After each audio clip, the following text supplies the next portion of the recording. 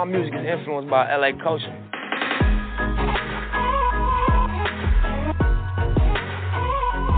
LA hip hop is so different. I mean, it's so like diverse. There's so many different styles of LA hip hop. I think that the main draw that you can hear immediately and know it's West Coast is the music. Out here, it's like funk inspired. It's like 70s skating ring inspired at times. You know what I'm saying? It's like Roger and Zapp inspired. It's like, you know, house party era inspired the production in like West Coast ghetto rap music, you know what I'm saying? We in the Crenshaw district on the west side, basically on Bryanhurst and 63rd Street. This particular block right here, especially this building, we used to hang out at real thick growing up. This is one of the buildings we used to hustle on. Music-wise, you know, Battle Cat from over here. You know, he probably one of the biggest names that come from over here.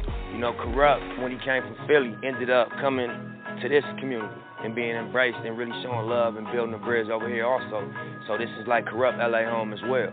So just everything that growing up in LA was about influenced my music. It's an LA story, you know what I mean? So I really wanted my music to be an honest, proper representation of this community and this culture, you know what I mean? So it definitely played a big part in the brewing part of my creativity.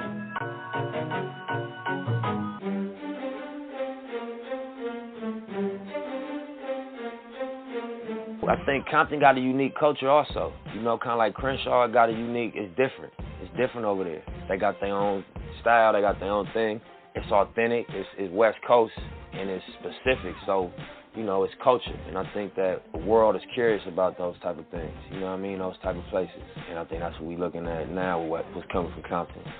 And then just the West Coast in general, you like excited because what the West Coast already did in the generation before us, you know what I mean? Compton got such a legacy of hip-hop. Right now, you know, YG, Kendrick, you know what I'm saying? You know, obviously NWA, obviously Game, obviously Dr. Dre. Long Beach is south, all the way south. So Long Beach is literally the beach. You know, Snoop obviously from Long Beach, but then Nate Dogg, Warren G, all the 213, Trey D, the East Siders, Goldie Loc, you know what I mean, the LBC crew, you know what I mean, it's a ton of people. If I leave you out, man, don't take it personal, but it's a ton of dope artists from Long Beach. East LA, you know, is definitely predominantly Mexican and then Latino area. You know what I mean? And it's a certain style of hip-hop that come from that community. You know what I mean? It come from that culture over there.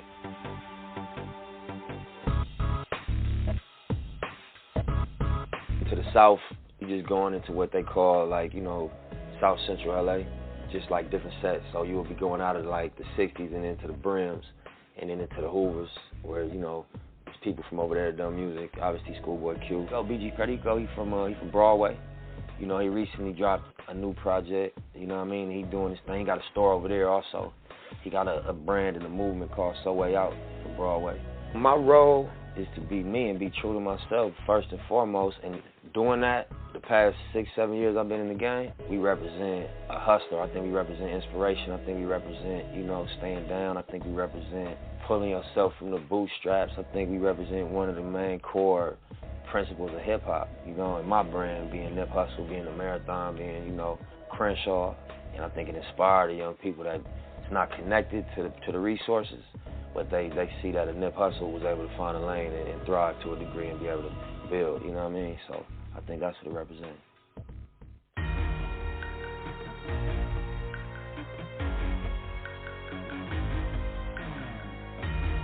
I think everybody's responsibility is to be authentic as they can be. Whether we like it or not, we leaders now. We've been here long enough, we have influence, we leaders. So everybody got to embrace that as best they can. So I feel like that's our job, is to live up to that and then try to exceed that. I started on Crenshaw and Slauson. I'm on Crenshaw and Slauson now. The marathon continues.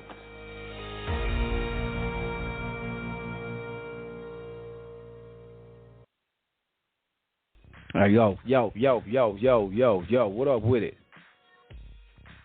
Welcome to the G-Lew Show, world famous Westside Wednesdays radio show. It is January 24th, 2024, new year, new day, new struggle. We're going to give it up for God first and foremost. He is the reason for the season. You know, he's the reason why we're here, as like Queen Jean would say. He's the reason we made the roll call today. So we want to give our praises and due to the Most High, God, the prolific, the most the best thing ever to happen to this world. You know, because he put me in it. Shout out to you, God. Want to give a special shout out to the homie Neighborhood Nip. Rest in peace. Gone since 2019. 5 years almost now. And, you know, we love Nipsey over here. We always give it up for Nip. So, you know, I heard the streets is talking. So I had to come back. You know, one of Nip's, you know, like, you know, hold it down for Nip. The streets been talking. Just mainly a few lames. Few guys, you know, they got their own intentions, whatever that may be. You know, and we're going to talk about it tonight. I usually don't do this, but we're going to talk tonight. I'm going to bring Queen Jean in 1 second. We're going to talk tonight. Mainly, it's just, like I said, it's about Nip. I'm not here to talk down on no one. I'm not here to defend no one, do none of that, because, you know, it's a lot going on. I'm just here to represent for Nip. You know, we got to do that all the time. So I don't like when they whatever agendas people have going on, when they put Nipsey in it, because the man is not here to defend himself. The man was definitely a great man and did all he could to bring his community, his people up, and he did that. And it was evident that he did that. The whole community was on and loving, and it was a lot going on, and we all see that there's nothing going on now but BS, even in his own community and abroad. So all the talk, all the BS is going on, so we just want to be here to defend Nip and represent for Nip, you know. So that's why the streets is talking, and we're going to talk tonight. The G-Lew Show, I am G-Lew. Shout out to our sponsors, BTP Media Group, Jeff Quan, the Quanglomerate. Me and Jeff Quan to hook back up again. Like I told you, we got some things coming up. We got a new interview this Friday night, Flashback Fridays. I told the girls they could we're going to kick back to this week and do an interview, the first one of the year. So me, Queen Jean, and Cousin Marcy will be here Friday night. Flashback Fridays, legendary hip-hop artist Just Ice will be on the show. So tune in for that. Shout out to Jeff Quan again, BTP Media Group. Shout out to 93 Tweed FM Ism. Every Thursday night, the After 6 Cruise Mix on Blog Talk Radio goes down. 7 p.m. Pacific. Tweed Cadillac is a host. I tap in with the homie as well, so tune into that tomorrow night. Also, Dee Dee Harrison, author, publisher, producer. Check out her books on Amazon.com and on YouTube. Also, the G-Lew Show YouTube channel. Make sure you tap in. Subscribe, like, share the channel. Show love. We got a lot of good content over there, so make sure you tap in. And One World Magazine, the hippest, flyest, dopest magazine when it comes to hip-hop. One World Magazine. Make sure you get your issue. You dig? I don't know what. Oh, shout out to the Patio Politics. The Patio Politics, makes you tap in with them on YouTube. That's Writers for Life Films, the whole family over there. They got a dope-ass YouTube channel, the Patio Politics. New episodes every week. They got a new one out now. It's dope. Good people over there. Make sure you please go over there and support the Patio Politics podcast on YouTube. With that being said, I'm going to bring in the queen. She's the queen of the G-Lew Show. Queen Jean, y'all. What up, Queen? What is good, G-Lew? How you doing? How you doing? Good evening to everybody that's out there. What's happening? What's up, Queen? It's your world. I'm just in it. Oh, my goodness. Okay. Right on. Check this out. It is a blessing to be above the soil. Like, truly it is. And with that being said, I wanted to send our sincere condolences to Jane. Her mother passed away. Oh. I know her mom was 90. Oh. Yeah, she passed away yesterday or the day before, but it was just recently within the 2 weeks. So give our condolences to her and her family, and also our family, our cousins as well. They lost their uncle on their mom's side. So we just want to send our condolences out to anyone else that may be going through grieving at this time. We send our prayers out to condolences. you. Condolences. Yeah, so and you know what, our Queen? Prayers out. Crazy thing is Jane was just, you know, people don't know this, even you sometimes. Jane is always, she could always continue to show our show love, Queen. Like, she'll just tap in what Jane will do. She'll just tap in, peep in, and kind of peep out. You know, like I seen her on here even before the show started. When I was getting it prepared, she was already in the chat, and just tapped in. I don't see her now, but I didn't know that at the time. But shout out to Jane because she always shows us love on here. You just don't know it all the time, but she's always here showing love. So shout out to you, Jane. Condolences. I did not know that. Rest in peace to your beautiful mother. May she rest in heaven as she should, and continue to watch over you all and your family as an angel. God bless you and your family, Janie. Condolences. And condolences to your family as well, Queen. Thank you. Yeah, I know when she taps in because we keep in touch with each other. Okay. But, yeah. So, yeah, just everybody said their prayers for, everyone who has lost someone. I've lost my mother, so I know exactly what she's going through. It's not an easy road, so we're going to just keep jamming. I dread that's our that family. day. I dread that day. Yeah, I know it's got. Sometimes I don't even like to talk like that, but I'll be telling God, "I'll take me before you take her." But I don't want to say that. But I dread that day. I understand exactly what you're saying. Happen. Yeah. Absolutely. Life. It's a day to be. I don't mean to be harping on death or talking about death, but just because you said you dread that day, and we are having a conversation about it. It's a That's day all I got, Queen. That's all I got left. Absolutely, that is. Yeah. But mom is the foundation of everything, regardless how it may have some cracks and stuff, and mom is still the foundation. Mom even closed those cracks sometimes. Moms, and your mother, like she said, she's from back in the day, like my mother. My mother's born in the 30s. Yeah. So they just seen a whole lot come around. And but what I was going to say is definitely an empty spot. It's a hole in your heart. And it never closes. People say it'll get better. Well, for me, it didn't get better. I just learned to deal. You just learn to deal with it because you have no choice. And if I don't say, "Oh, my mom is dead," I'm okay. But the minute I use the word "dead," I get emotional. So it's a thing. So anyway, we're gonna move on from that because I don't want to get emotional. Right, I don't want to take you there, Queen. We don't. Yes.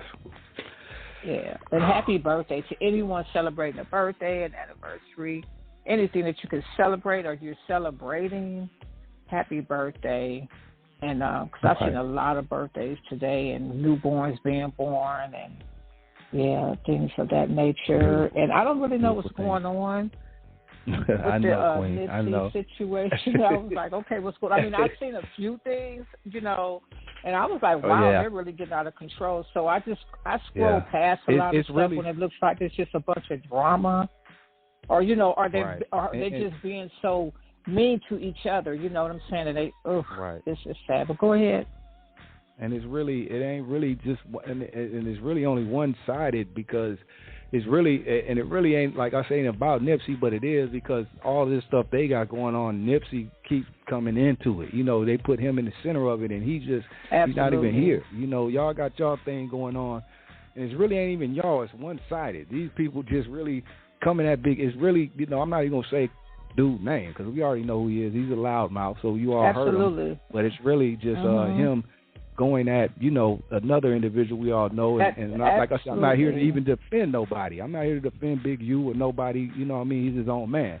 But I don't like how it the tactics and the things, the way they play in the game is just not what we call street. We come from these streets and we got rules and regulations, and that ain't just how you do it. You got an issue with a man, you deal with that man, go handle your business, homie. You know what I mean? It ain't all for the internet. It ain't all to be all over the internet every day, all day, and, hearing this shit day in, day out, and trying to convince people, how you want them to feel about him. And like I said, again, I'm not here to defend no one, you know what I mean? But it just looks tacky at this point, and you're implicating people. It's like stuff you're implicating other people, and, you get people federally indicted. It's just a lot of shit that just like crossing the line of what we do not do.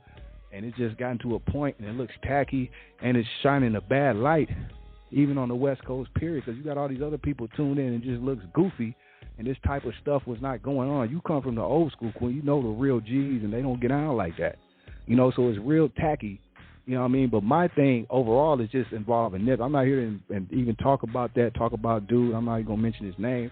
It's not about that. My thing is just about Nip. They keep dragging Nip in this, you know, to get their point, and a lot of that shit is lies, and it's just despicable. And you got this other dude that came in, you know, and you know, it's just despicable. Dude just trying to push his narrative so hard that he's, you know, now creating lies, and people are proven to be lies, because you got people coming on, you got these dudes insinuating shit, and now dude is proven to be a liar. So it's proven. You know, these people went on this big platform and insinuated all this shit. Like I said again, I'm not here to defend nothing. I'm not here to do that. But when you lie on people and then put narratives out that ain't true, that's foul. You know what I mean? And it's just really out of hand, and it's turned all internet, and it's just terrible, because that ain't how real G's and streets is supposed to get down, you know. And like I said, I'm not here to defend Big Homie, but he ain't even said nothing, because, you know, as we all know, he got other shit going on. You know, dude got kids, he doing shit for the kids, and like I said again, not to defend him, he got his own past and his own shit. I'm not here to defend him. But when dude is doing his own thing, and whatever he did in the past, he got to deal with that with God. You know, that ain't for you to deal with, and ain't for you to push your narrative and push it to the world. Just go deal with that yourself. You know, so again, my thing is not even that. It's just about Nipsey, because Nipsey keeps getting dragged all in this shit, and it's just not fair, because that man is resting in peace. And dude really did his job for, as a man, all the way around. He was a solid individual all the way around.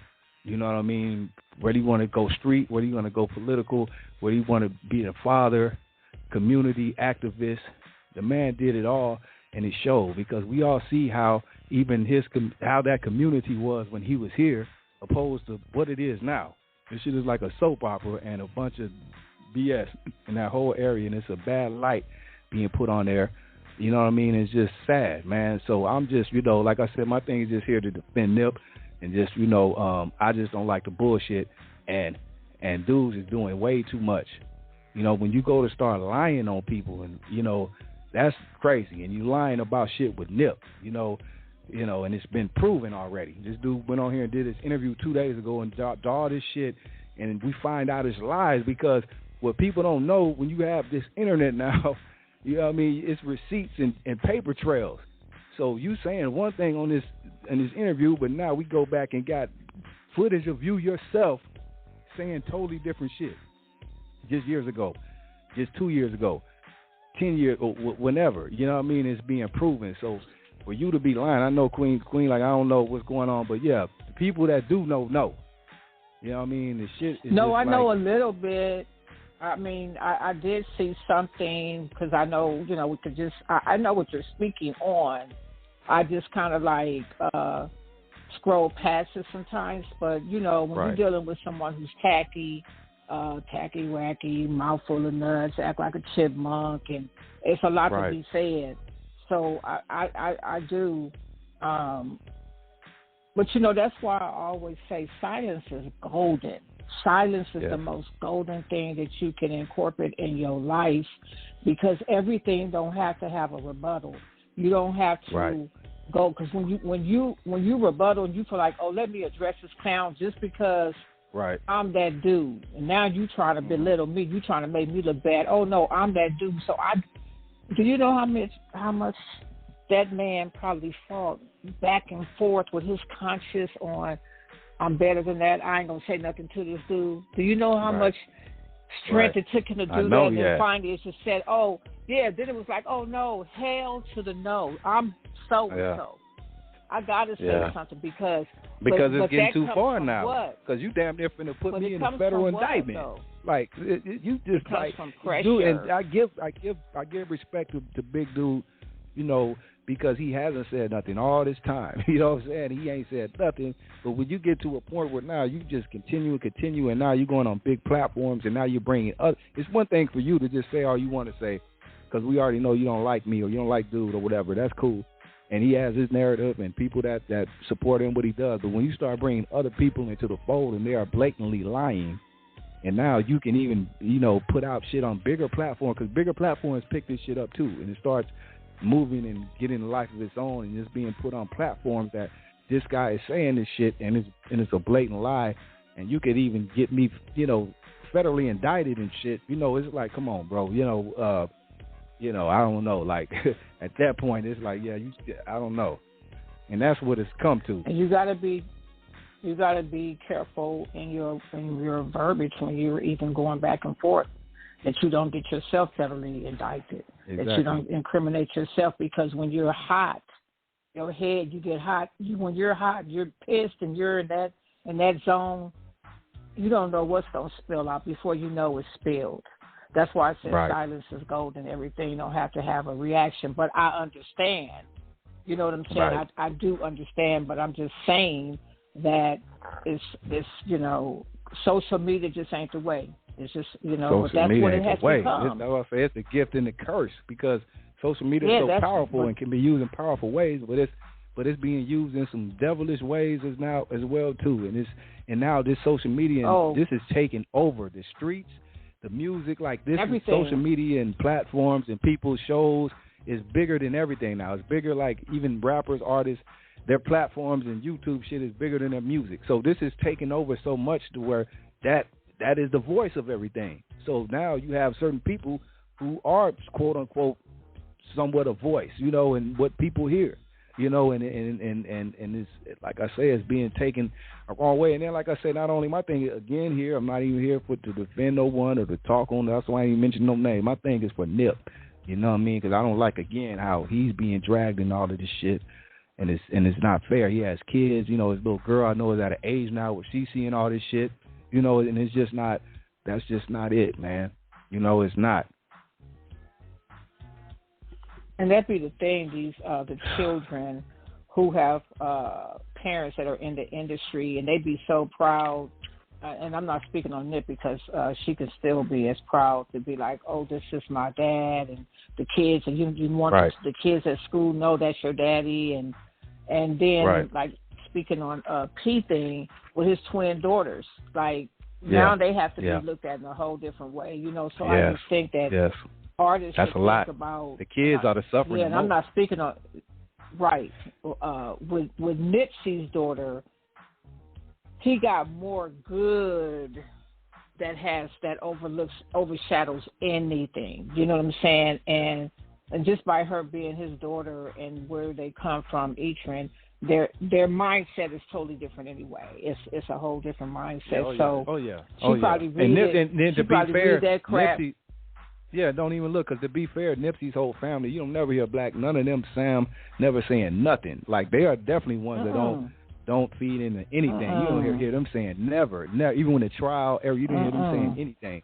You know, so I salute that. But on the flip side, Nipsey's baby mom, which is the daughter's mama, she being dragged in this shit a lot. That's what I'm saying. It's a lot going on. I heard her right video. Now. That's why I mentioned her, because she has to see that. Her mom's in dragged in a lot of this shit, you know. And she ain't said nothing. But look at some of the other stuff. Her. Yeah. Well, she was on a video today. But but she didn't put that. But that's again, people putting her out there like that. She didn't put that out. So that's my point. This dude is doing this type of shit to prove to get his narrative off, and you're implementing people and putting out phone calls that people didn't need. She didn't put that out.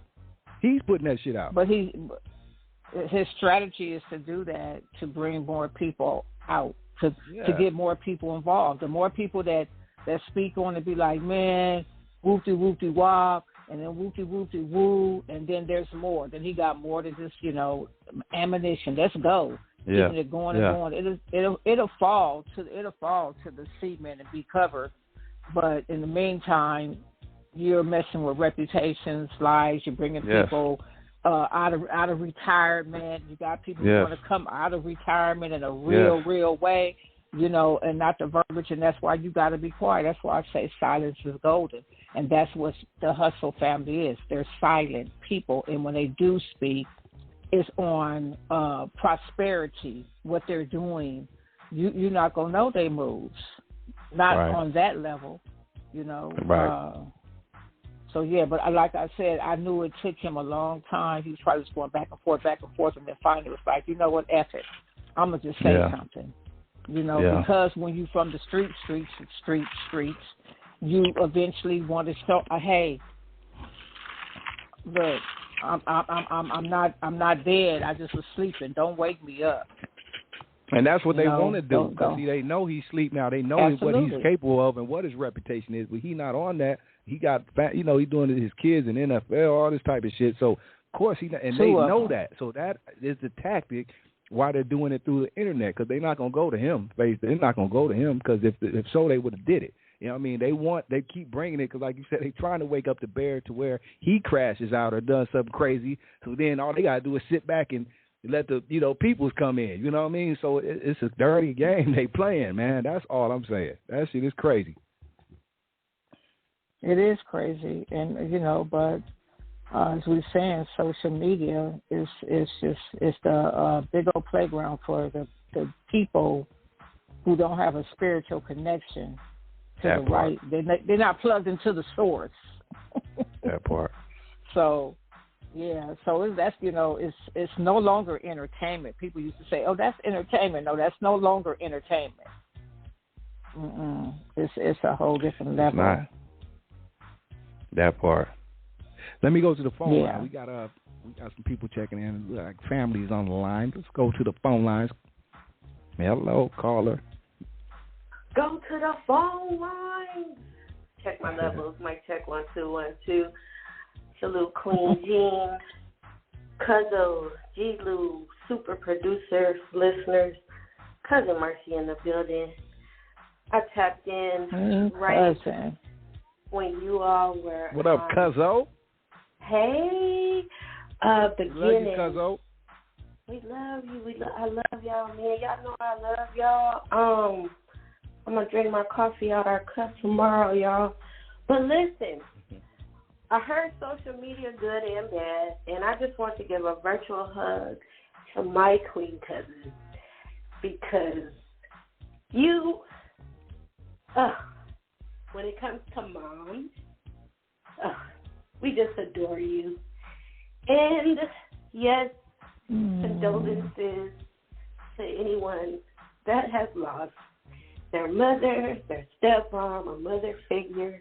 It's hard, but I just wanted to salute you, Queen, my lovely one. Okay. Thank you, cousin. That means so much to me. Thank you so much. Infinity love. So, sending you a hug back. So come on. Yes. Let's bring the juice out, because I know you don't mind. You don't mind. Yes. Right. Come on with it, Cuzzo. I am, and no, we're not, here to defend anyone, whoever we, whatever connection people may have. But my whole take on this is we have to get back to the good old art of, it's so simple, reading.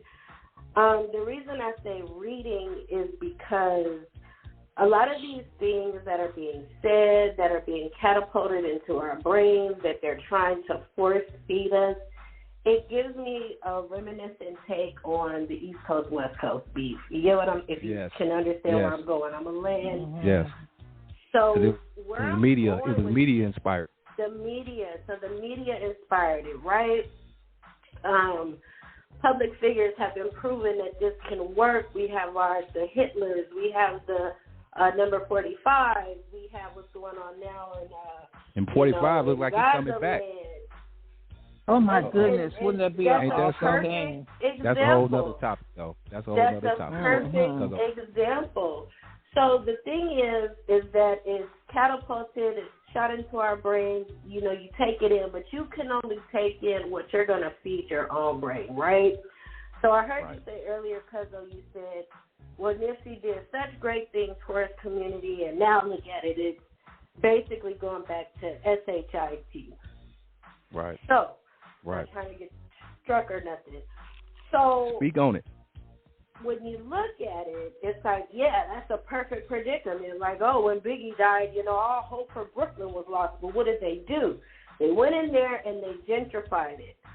So my point is, they want you to see everything for what it is, and what it is not what it is. You could sit in your four-cornered room and you'll go at war with yourself on, well, he said this, he said that, but you got to look closer.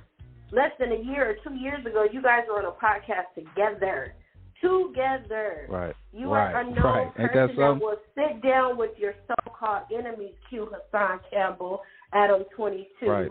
Yes, right. Whack 100. I'll say his name. Cash Jones. Okay. Right. So, that's your boy. That's McCormick. You know him better than me. Haley, so you can say that. Eugene Haley. So the thing is, you guys are in a room sitting right next to each other, not as an enemy stance, but again, when I say Hassan Campbell, so it's a whole lot of stuff that a lot of people aren't hearing. All they're going to hear is but the pudding or the real cookies in the milk or the real milk and cookies, like Bernie Mac used to say. If you think we're listening hard over there on that club to the house, and that's all I'm going to say about that, because this has been going on for more than a year now. And no, he shouldn't have said anything, Queen. He shouldn't have responded. But listen here, when you said, "Oh, the family don't even say nothing," that's a big thing in that. The family never says nothing. Lauren London never says nothing, because you know why? Who else didn't say nothing? Cassie. Right. It's so much more that's coming with all of this. You can't trust none of these niggas, man. You can't trust. I don't give a crap who you are. I don't care who you are. Ex-manager, whatever. Put them on. Jumped them one time. Fought them. DP'd them. I don't give a what you do. Wax sell diapers. And like, so you take the kids to the football. Snoop do the same thing. But you fought a whole murder trial. You see what I'm saying? None of these people have come up against that. They have not come up. They have not had the clank put on them to where it's on nationally televised. We're going to court with you every day, or without James Simpson, Michael Jackson, Little Kim, Foxy Brown. We're not going to we've seen it over and over. Yet we see, so you know it's something bigger than this. So don't fall into that trap where, okay, so you saying all this stuff about him. Are your opinions about Ermias going to change? No. Are you going to not listen to his music? No. Cue the R. Kelly fan. Like, it's not going to change, so don't let that even weaken your perception of that person. They is out of here. They is gone. He's not here anymore. He can't defend himself. Let them people say what they want to say, but don't be surprised. Don't be surprised. Oh, it's a lot. It's a lot of stuff. He don't need no defense. Right. His defense was when he laid down and that man kicked him upside his head. Right. Who? Come on now. He's an angel. He is an angel. What did people say? Don't got nothing. And the girl and the whoever and the whatever, the family calamity and the thing. So what? If y'all was at the freak off, you was at the freak off. If you was at the freak off, freaking off for money then, what are you doing now in 2024? The lady don't live with you. So you mean to tell me that it's not plays being ran? That's what they love to say. Oh, they ran the play.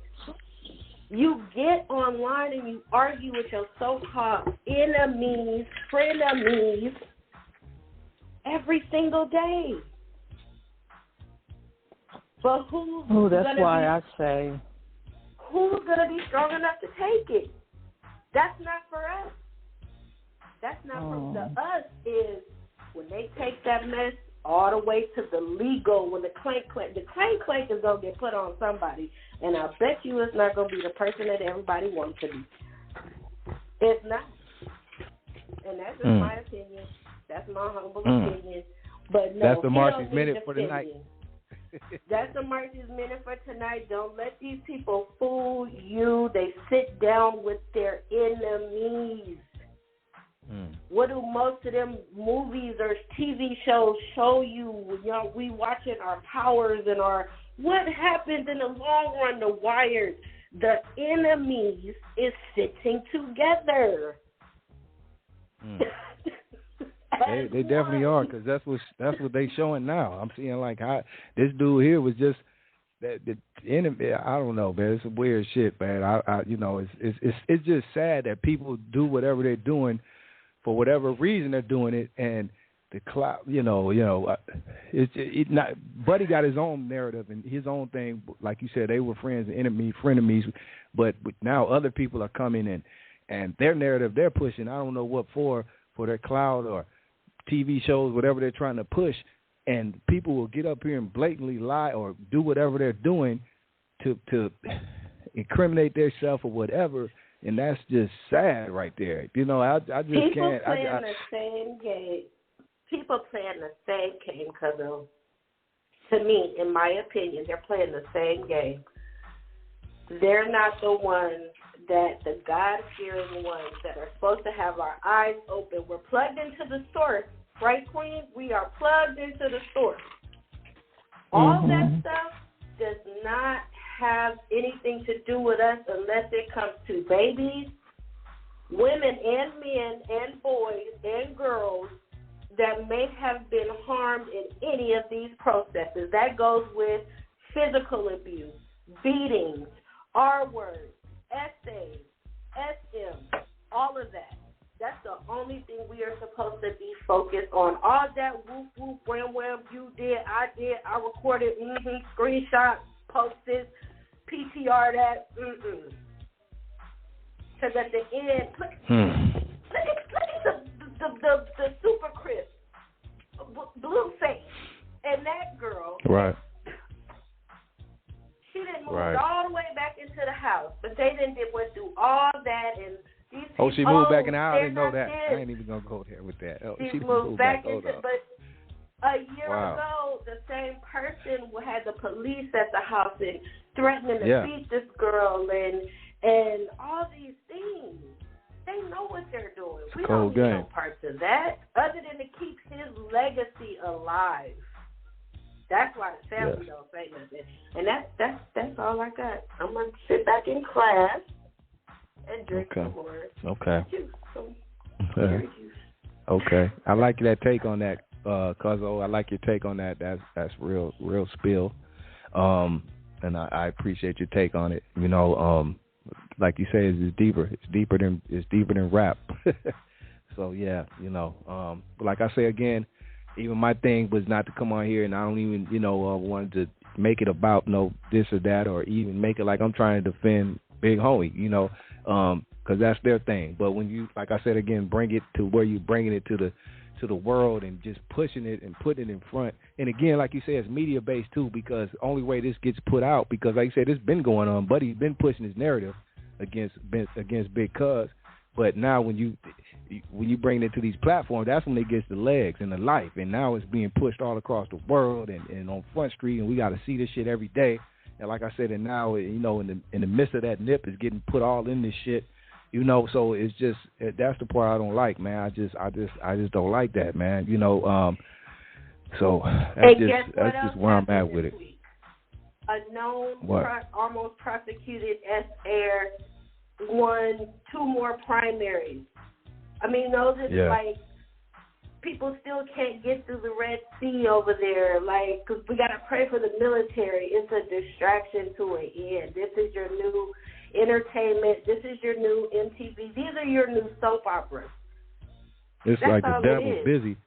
The devil trying to make it like he winning right now, because the devil is in full swing right now. Like the devil got all the devils working right now.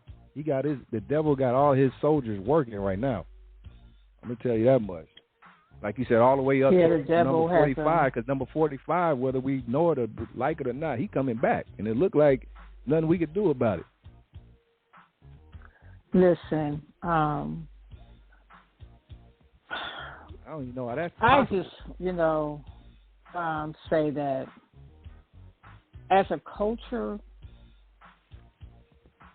it seems like we just don't love enough. We don't love each other enough. We lost. Love is gone, Queen. Ain't no more love out here. We in the devil's playground right now. Absolutely. And it's all by choice. It's designed to be that way, but it's all by choice. Hold on, Queen. And this. Let me say this right quick because I know we spoke about it. I didn't mean to cut you off, Queen. I apologize. But I just seen our family, Jane, pop back in. Like we were speaking on Jane earlier. I just want to take this time out to give her condolences because I did not know that earlier. We spoke Bring on that. So I see you, Jane, in the chat.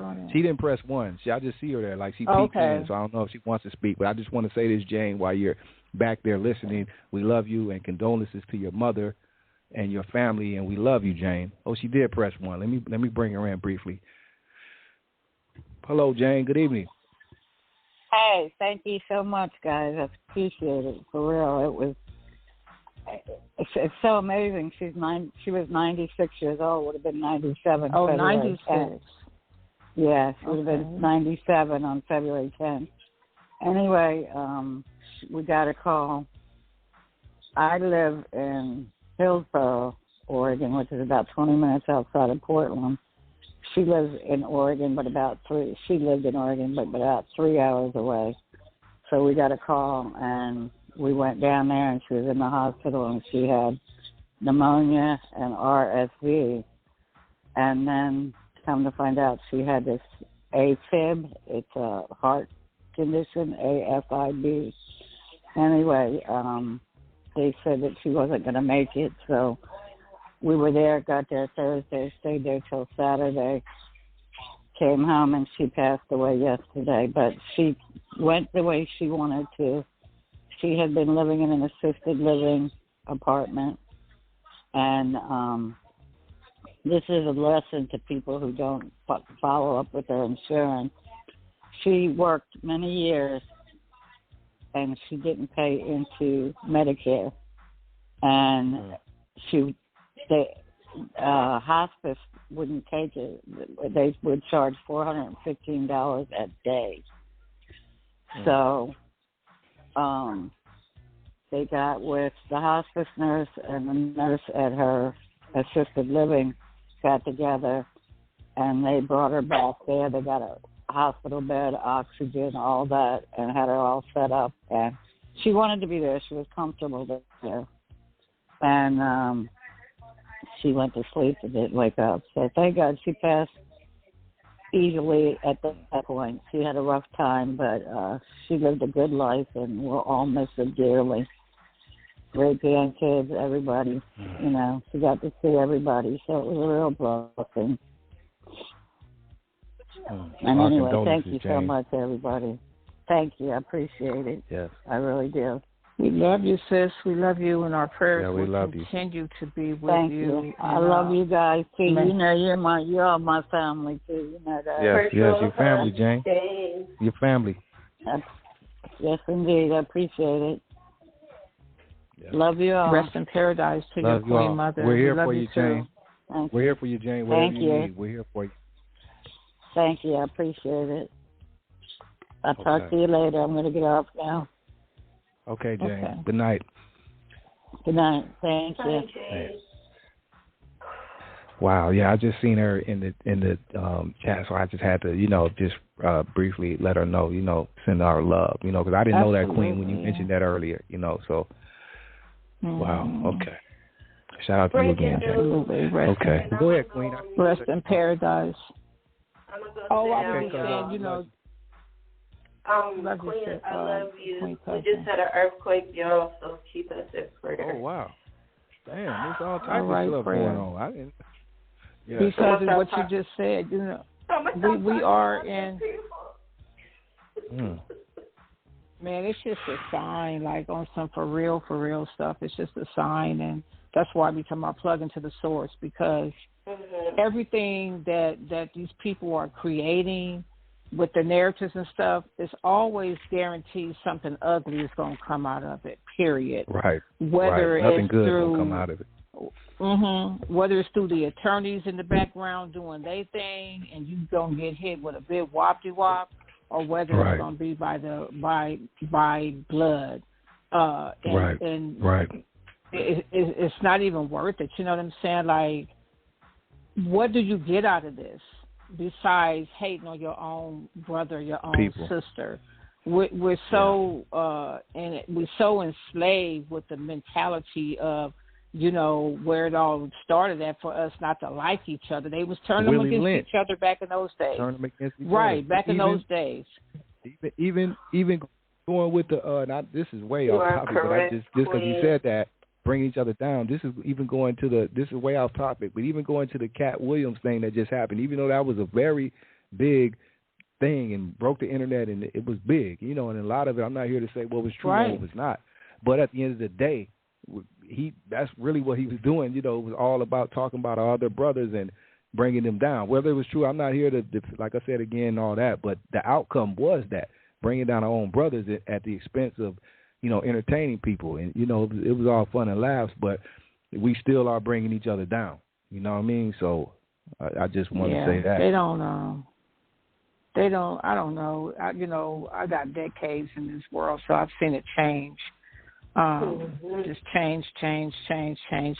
And I ain't with the change. You know, some people may feel a certain way because I'm with the old school and that's who I am and that's what I'm going to be. And that's why I'm quiet. That's why I'm an observer and not quick to speak because that's not how I was raised and that's not what I seen.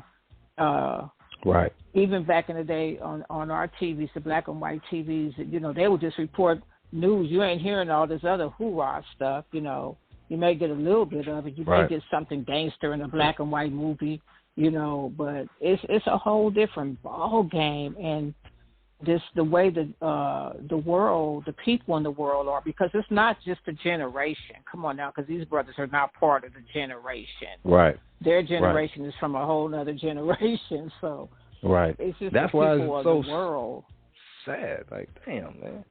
And we got these youngsters who got their own thing going on where they're destructive and you know, but to see, you know, the people older that's supposed to, you know, be over and showing the right way is examples. Is yeah, it's like, damn. It's called community. Where do you find, when it's the definition of community, it has a whole other meaning now because where are they? And look at the word in community. The ending of community. We don't even have that. We don't have that at all. We definitely don't have that. The neighbors, don't look out for the neighbors, all those kinds of things. You can't, you know, where the kids will walk home from school, maybe when I was in school that was still safe, but I did not let even my girls, they could not walk home or walk to school. And that's it, Queen. No unity. There's no community. There's no pride. The littering, the loitering.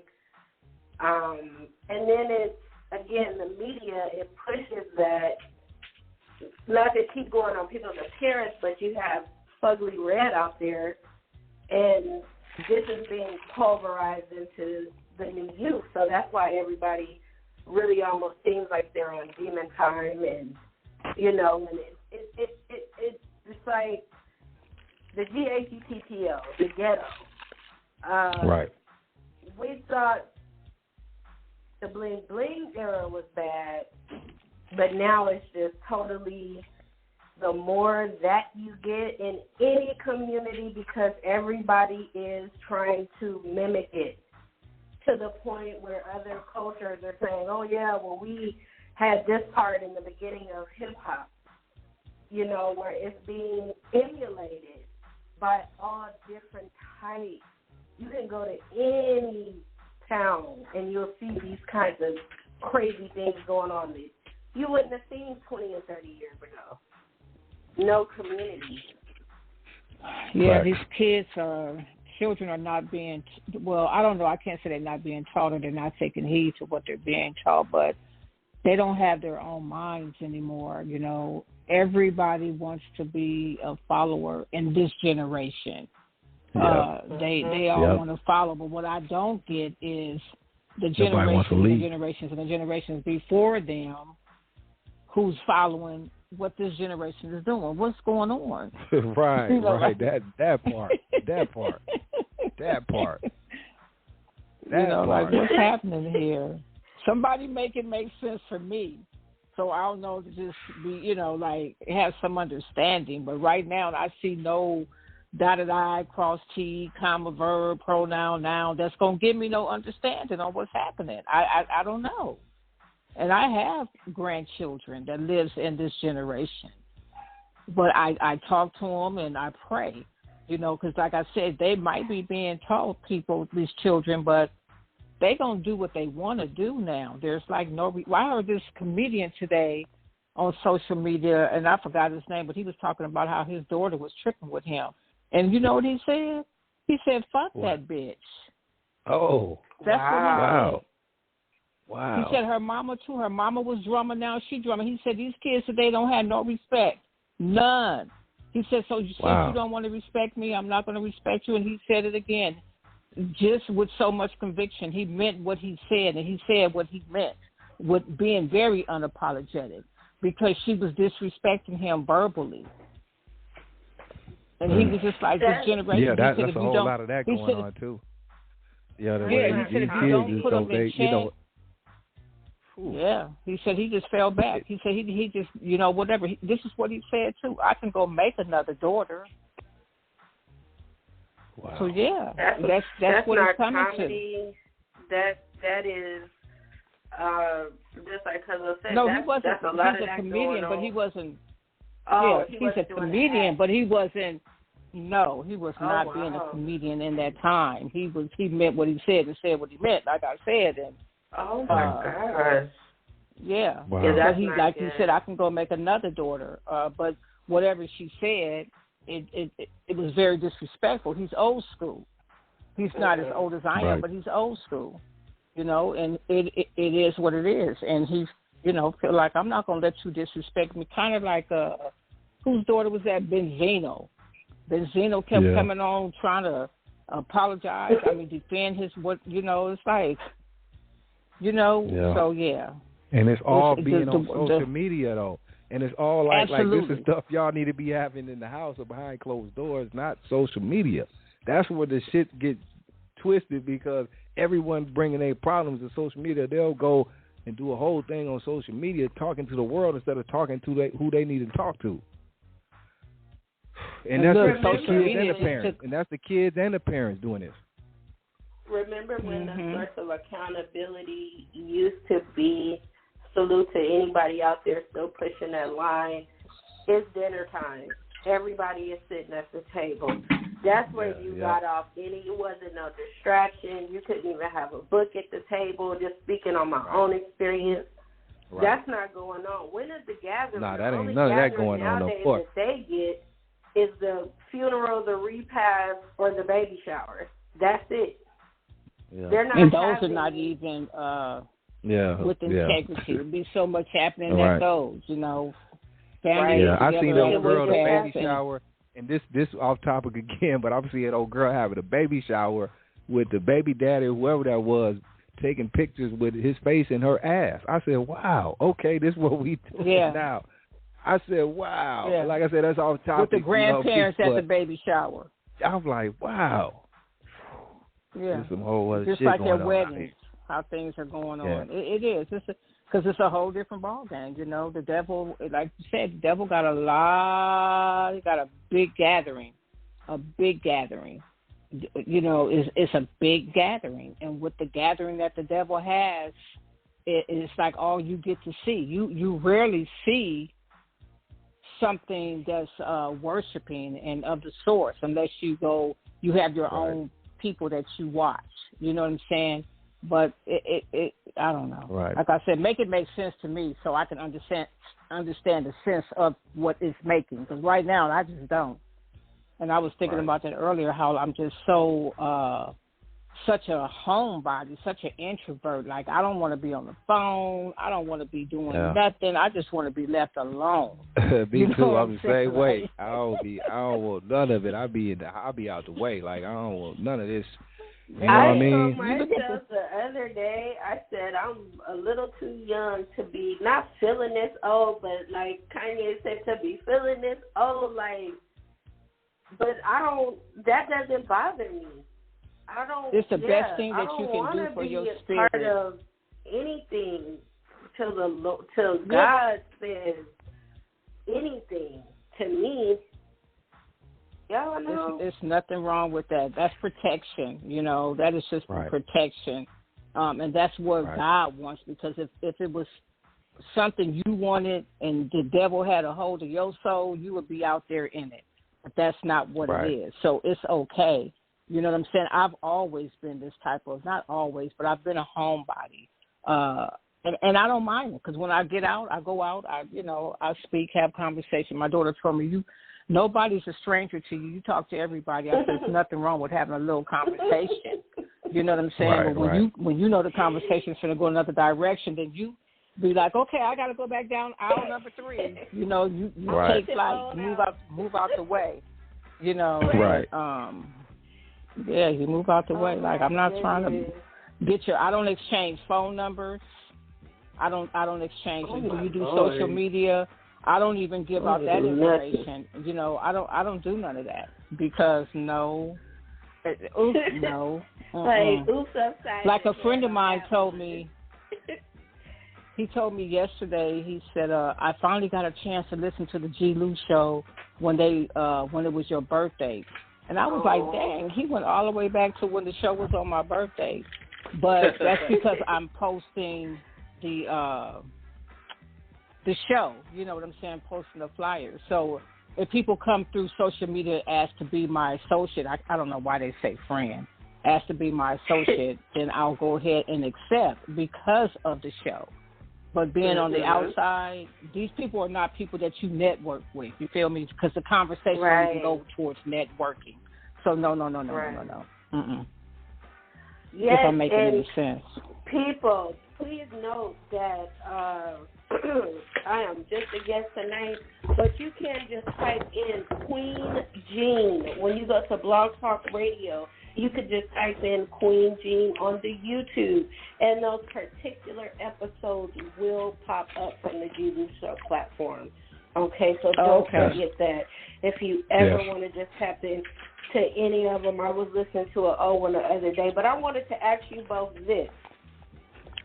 We're not going to stay in the trenches with this, but Queen, Cuzzo, remember when you could go out and just have a good time? Remember those days? Oh, yeah, that was the days. Yeah, I remember those days.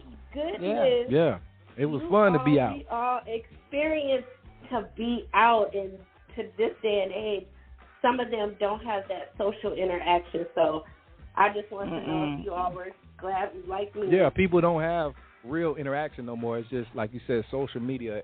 You know more people now from social media than actual real people. And, whether that's good or bad. Absolutely. You know what I'm saying? That's not a bad thing, but you know more people now through social media than actual, real interaction, meeting people. You know what I mean? And become close. Like even it's just real. So it's a good and bad with that, but that's just reality. That's when your discernment comes in. And sometimes you don't get it all right with people. You might miss the mark by some people that you allow into your universe. Right.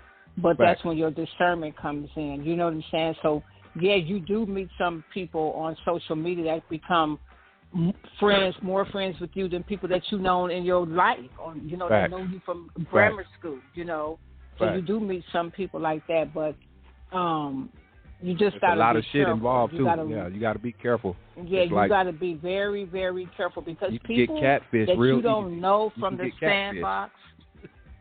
I mean, and not in the sense of relationship, but just even people you think, you meet and like, I'm thinking we're, and then, you know what I mean? That type of shit. Yeah, that's what I'm saying. There's no, I don't know. Remember the other night I said I had a conversation with a friend and it felt really good, but this friend knows me in person, don't know me from social media. So to be able to have a conversation like that was so refreshing. And it's hard for me, it's hard to let people really close to me. I don't like to let people close to me. If I let you close to me, then you need to really consider yourself blessed, because you got close to me. But when you're no longer close and we're no longer close together, consider yourself blessed that we're no longer close like that together. Don't be mad, but just consider yourself blessed, because God is my protector, and God is going to protect me. God is your protector, and God is going to protect you. So social media can get things twisted, and people actually start want to become besties. No. But again, that's when your discernment comes in. You got to be able to recognize. You got to really pay attention. So for us as kids, when we were able to go outside, it was mandatory. Go outside. Go out there. Exactly. Yeah, that was mandatory. That milk, for sure. It was mandatory. Get that milk crate and them old skates and go make you a go-kart and go play. That's what it was mandatory. It wasn't none of that. These kids don't like to go outside. They want to be in front of the screen. So yeah, it was fun, cousin. We got to hang out and drink out the water hose. Those were the good old days. Drinking out the water hose. Those were the days. Hey, ain't nobody drinking out the water hose today. Ain't nobody drinking out the water hose today. None of that. But that was definitely the days. Right? Yeah, you couldn't even come back in the house. Ain't no running back in and out the house. Stay your ass outside. If you come back in, you got to stay in. Absolutely. And my daughter was telling my grandchildren that, we didn't have no option of coming in and out. It would be a cup You had outside, that window. 2 and then you had the window outside. You had, right, or the window air conditioner. You know what I mean? It's just real shit back in the day. Or that just window the fan. Air conditioner got our house just broken the fan. too. Yeah. The fan in the window, or the fan in the window, however you had to get it. Yeah. It had to be Star Wars. It was the back in the day was. It was love. It was beautiful though. It was beautiful. It was. That's when the grandmothers were alive still too. You know what I'm saying? The real grannies, grandmothers. And the grannies, the ones with the foundation. I know even in my family, once my grandma passed away, it's like, hey, it's different now. It ain't never been the same. That's the foundation, Absolutely. That is the foundation. And okay. Let me go to the phone lines. Caller, hello. Good evening, sir. Good evening, man. This is Mo Valley from Memphis calling in. Okay. And I want to say that back in Mo the day, Valley. nothing can beat that. The funny part about that statement that everybody was speaking on about the no running inside and out, that was really how it was. And we would get mad because we had to come inside when the street lights came on. We still didn't want to come inside. Still didn't want to come in. So much fun. They were calling you. Better get your ass in here. Football game is still going on, and man, we didn't want to come back inside then. But that was the way that you was able to interact with your neighbors and the kids on the block. And I was fortunate enough to whereas my grandmother could come on the porch as long as she could see us. Is she look up the street one way, up the street the next way. Long as she could see us, she was all good, knowing that we was on the block. Right. So she wouldn't really trip about the street lights coming on. Long as we never left the block.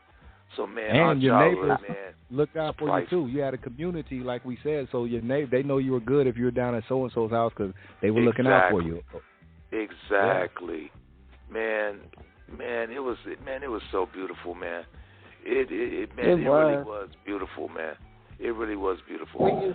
When you could get on the bus for 25 cents and go to the movies by yourself, and we would posse up. It'd be like 10 of us, girls and guys, and we get on one bus.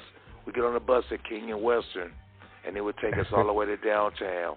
And then we had to transfer. Go to whatever. Get your transfer. Well, your transfer suite. We didn't have a transfer. Our bus took us all the way to Broadway downtown. One bus. It was a straight shot. Straight shot. And then when you get off the bus, now we got a choice of movies that we could go to. And back in the day, they played movies back to back, or it might be 3 movies, spend your little 50 cents, and you could watch 3 movies. Man, kids will never understand how good we really, really had it. I want to say something. And I feel bad for them. Man, I feel bad for them too. Man, I want to say something that just happened over the weekend. I don't know if you guys saw the Compton takeover of the bakery. Yes. I've been seeing that. Yeah. They was talking about that on the news as well. And it was funny because where it happened at, usually the Latinos and the blacks don't get along. it was both races going in there tearing that place up. So that is a problem because it ain't no way that our parents back in the day, they would have saw us on some footage. Oh my God! Yeah. Oh, they'd have turned us in. They'd have drove us to the police station. Well, you better tell them who was there with you and all of that. Oh man, it was crazy. Yeah. Yeah. And that's sad. That's sad to see what those kids are doing, just doing that type of shit. Now that is sad, like to see them going to stores and just overtaking the store. I know they were smiling and having fun. You know, man, to them it was a joke. They was having fun, stealing bread and shit. Come on, man, a bakery. Yeah, dude, the really, shit that ain't worth nothing, but they don't look at the outcome that's gonna have in the outcome though. Like that little bit of bread or shit that ain't even worth. Not even that store. All these other stores, they're not looking at the outcome that's gonna cause in the future. You know, so it's bigger than that. They don't realize it yet. Alabama has just adopted a new way of the death penalty. It just came about. They don't want to do lethal injection. They got some new shit where they're going to put a mask over your face. Oh, wow. And shoot you up with nitrogen. Wow. And it would be in Alabama. Yeah, Alabama. So it's like, man, if it come to California, there's a lot of people that's on death row in California. They did kill the death penalty, but now they have to build more prisons because it's people that's been on death row for 30 years, 40 years. Yeah. I know somebody that's been in there. His name is Daniel Jenkins. He's been in there since 1985 on death row, and they haven't killed him. They killed Tookie. Tookie was probably the last one they killed. Tookie. Exactly. They killed Tookie, but you got people, the Manson dude, all these people like still there, and it's like, come on, man, that's crazy. You got little feet. They kill who they want to kill. You got little feet that's been in there for all that time. For all that time. So when they die, they're just gonna wheel them on out. Done deal. Yeah. But it's like people been in there 40. Man, that shit happened, man, when we was like, I think I was a teenager when Lil Fee did his crime. Because we actually walked through the crime scene, you know, just to see the shit. Oh, wow. It was within walking. So you got distance. to see that tweet? You got to see that? Yeah. Visually, yeah. Wow. It was on 4th Ave. Yeah, all you had to do was walk down King to 4th Ave. Man, it was like 10-minute walk, man, that had to be sad, from my house. That was a sad scene right there. It was the wrong goddamn house. It was completely bad. Yeah, because it was kids, grandmas involved. That was sad, everybody in the house got killed, and he's still on death row. But if they introduce this nitrogen, and it worked, and the reason they decided to do that because they tried to do the lethal injection, and it took them 2.5 hours. Yeah, it didn't work. They couldn't find the vein, and you know all these people. So it's like, well, so whoever came up, man, with this nitrogen shit, you put that mask on, and it's a done deal. So they are gonna roll people up slowly but surely all across the nation. So you ain't really gonna get away with too much. You feel me? And by everybody being addicted to the phone, if you ever look at first 48 hours, how they catch you through your phone. You through know, your a phone. lot of people a lot of people do snitch on themselves. They do tell on themselves too. But that phone is they got that technology now. They can see where you was at. That's crazy. Within meters. So it ain't like you're gonna get away with any of the crimes. But the last crazy crime, exactly, every place you go. The last crazy crime was in Oakland. These fools stole an ATM machine from the bank and was dragging it down the street with a chain on the street, and it's sparking and all of that shit, man.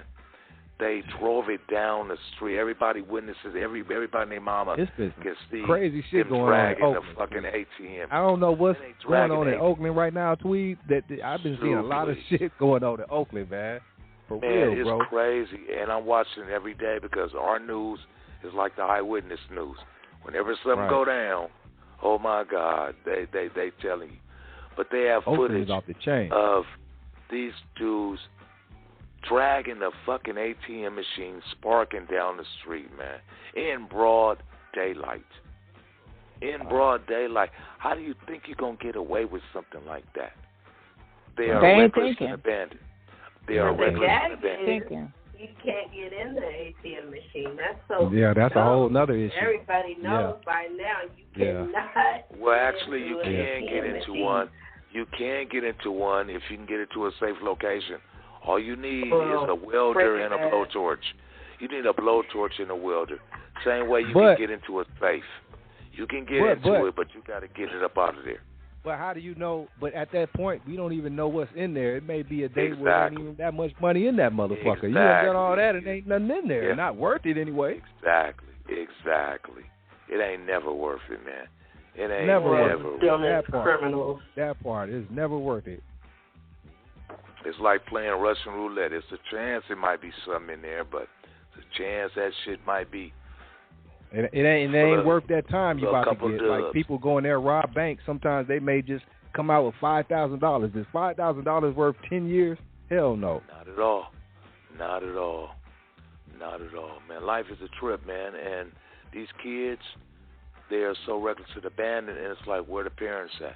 How you gonna have 100 kids, out robbing bakeries, on a weekend night, and your mama don't know where you at? You just out there just doing crimes. Everybody named mama got on a hoodie, and it's like, damn.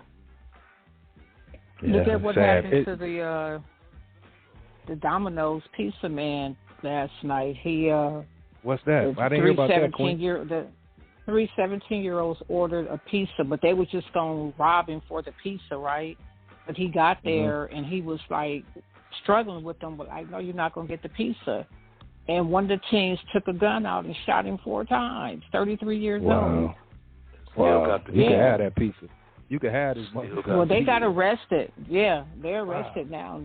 Thank God that they were caught. They didn't get away with it. So that's the good part of it. Another guy 3 kids walked in like a 7-Eleven, stole some potato chips. Simply potato chips. He got it all on camera. The clerk followed them out the store. And they got in. They was walking. He jumps in his car and follow them. And then when he catch up to him, he pulls a strap out. They got straps, and they was all juveniles, and they lit his ass up and lit up the car. So now they're going to jail for a bag of potato chips. They're trying to claim self-defense, but you're a minor. What are you even doing with a Glock 40? Right. Why are you in there damn stealing? And then the clerk shouldn't have been running after them. I know. Not only running after him, he got into his car and followed them. That's too much. For some bag. He must have been a potato chips. He must have been an owner or something, but it still ain't. That's not that serious, buddy. But damn, just go back in the supply room and get another bag of chips. Exactly. Right. He not that serious. Himself to follow them in his car. And when he saw him... Well, he was on a suicide mission, it sounds like. Yeah, that's not that serious, so were buddy. He didn't want to take no losses. He was serious about his. Or maybe, we don't know, probably them kids probably been stealing, this probably been going on. He was just tired of it. But still, buddy, it's not that serious, man. And they actually trying to say it was self-defense. They're actually they got a lawyer. Everybody trying to say it was self-defense. But damn, you're 14 years old. How the hell you got a gun? Explain that one first, and then we'll talk about the self-defense shit. Man, but they trying to get these kids out of there. These kids got more guns than the adults now. These kids got them guns now. They got more guns than you would do. They actually do, because when we was younger, we had a little deuce, if anything. That was the biggest gun that I ever... 25, 38, or 32. 32, yep. We had a that was my first joint, at 32. Yeah, mine too. Mine was a deuce.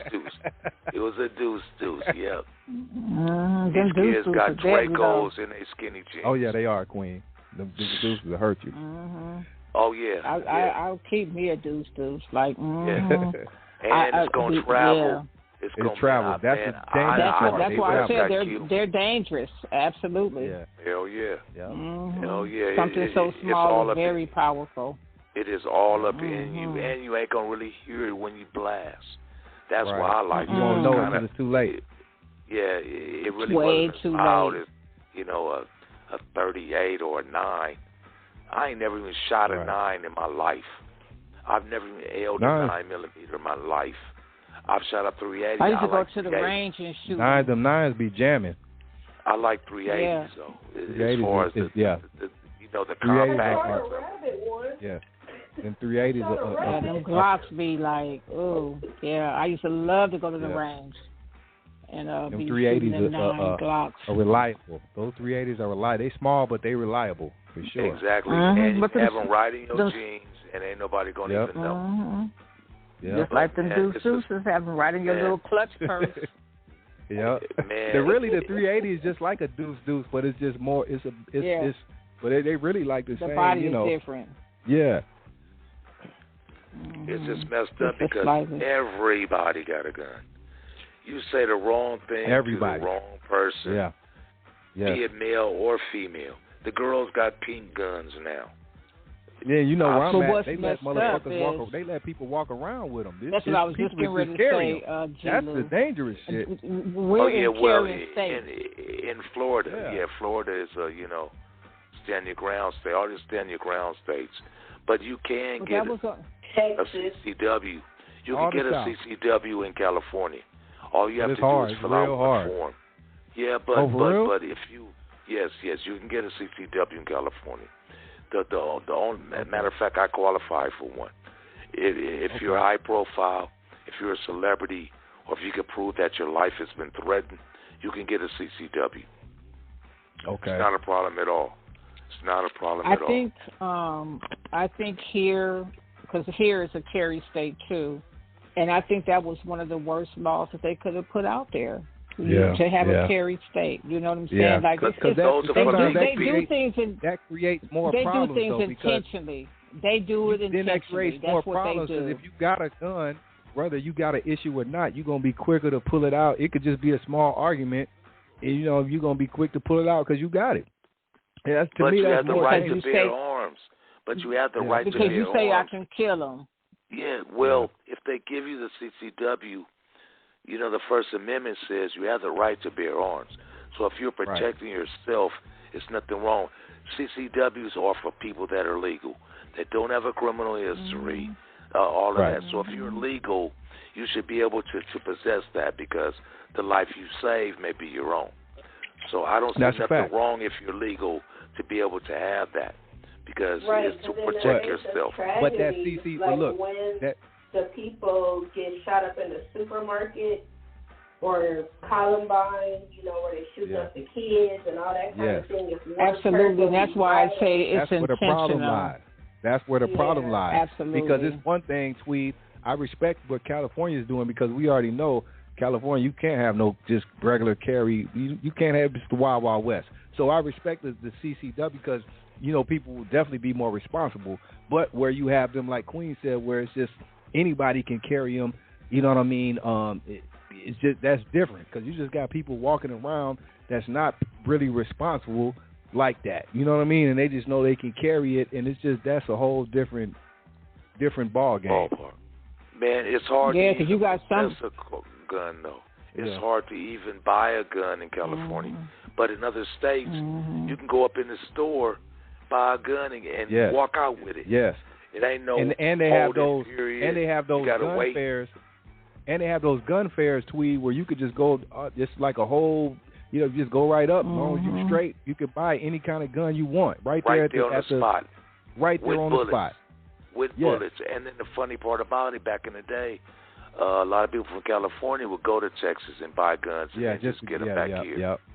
Yep. And I've seen so many first 48 hours where you go get a girl that ain't got no criminal record. She greedy, she wants some money. Here, baby, I'm going to give you $200. Go in there and buy me that dime right there. Right. They do that all day long, too. That's happening every day. That happens all day, So you can get them. And now she got to go to court because her gun and got a body on it. Exactly. And it's in her name. And she don't even know it. As soon as they find that gun, they come in right to her house at 6 o'clock in the morning while you ain't got your wig on. It's one of them pretty dumb girl. One of them pretty dumb girls. You ain't got your lashes like a bad boy. And here come the police at 6 o'clock in the morning. and you ain't got your lashes, oh my God, and your It don't make mugshot no gonna be difference. crazy. Because when you go in there, you got to remove all that. But it's like it'd be those pretty girls who like bad boys who don't even understand what they're getting into. See, you got to know what you're getting into because you're pretty and this bad boy got this swag. I like bad boys, and some of these bad boys look like they nerdy, and they be the most dangerous brothers out there. Definitely. Yeah. Definitely. Yeah. Definitely. They'll be the ones, like you said, I'm going to take you over here. I need you to go get this gun. Hey, I need you to just hold this bag for me in the car. I go from a bag to a key. You know what I'm saying? So it's like you're pretty and dumb. You don't even know the game. So, I can tell you a story where the dude from Tulsa, Oklahoma had killed 2 people and told a girl, look, I left my phone. The car is there. They're shut up. Go get my phone out of that car. And this dumb broad went and did it. She went and got, and then when they caught up to her, because there's cameras, right? And they said, well, he didn't tell you that it was bodies in the car. And it's like, no, he just told me where the car was and go get the phone. And when I got to the car, I saw the bodies, but I was scared of him. So that's the reason I did it. You know, and like now her ass got rolled up to. She actually did that. Do you watch For My Man? What I Do yes, for my I man? do. Fatal Attraction, For My Man. I watch all that. The broads is dumber than the rocks. They dumber than rocks, man. They be one of these gangster dudes. That's what I'm saying. But these pretty girls do. It's excitement. And the heavy set. Yeah, the heavy set will get it some worse because they want some love. The big girls want some love so bad. That's all it that is. They definitely get caught up. The big girls definitely get caught up. Just like back in our day, all of the pretty girls that was the snobby, bougie girls in high school ended up being with the D-boys, right? And all of them ended up getting smoked out. Yeah. The finest girl in my high school ended up being a crackhead. Damn. Ooh. Man, and because all the pretty girls was getting sucked up, they had the Nissan trucks, they had them 5.0s with the Daytons, they had the Turkish Lynx, and the bras wanted that, and they all ended up being smokers. Smoked out strawberries, and now the dudes trying to get at them because they couldn't get at them before. Now they tricking with them. That's a cold game. Yeah. It really was. It's all about the swag. It really it's just was. like old boy on Canaan. That I was thinking about him exactly. earlier. I thought about that when you said old that. Old boy looked like a nerd. The nerd. Yeah, I thought about that when you said that. He looked like a straight nerd. He a cold killer. But he a cold peak. Yes. His whole look and his walk. That's how you maneuver. That's how you maneuver in the world. Look at how Rick Ross did it back in the day. Everybody heard about Freeway Rick, but not that many people ever seen Freeway Rick. To really know what and when you seen him, you wouldn't expect it, though. Even when you seen him, you wouldn't expect it. Because he didn't have that look. He never wore jewelry. He had on regular clothes. You never really knew nothing. You got to move in silence. And he had all the soldiers, all that money, all that drugs, all that everything. So, Tweed, we used to go that's what we talk about now, Tweed. How does it go from, like you said back in the day, the rules of the game where you move in silence and you move, even if you was a G, you move like G's move to now everyone's loud and putting everything out there on Front Street and internet and all this shit. How do we get to where we are now with this stuff? Because that's really where we started tonight, Tweed.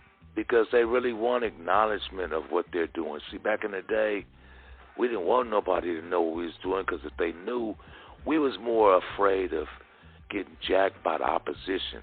But now, these fools is getting jacked by people that they hang out with. Right. They getting jacked by their own homeboys. Or their own homeboys like them and love them so much till they're not going to personally jack them.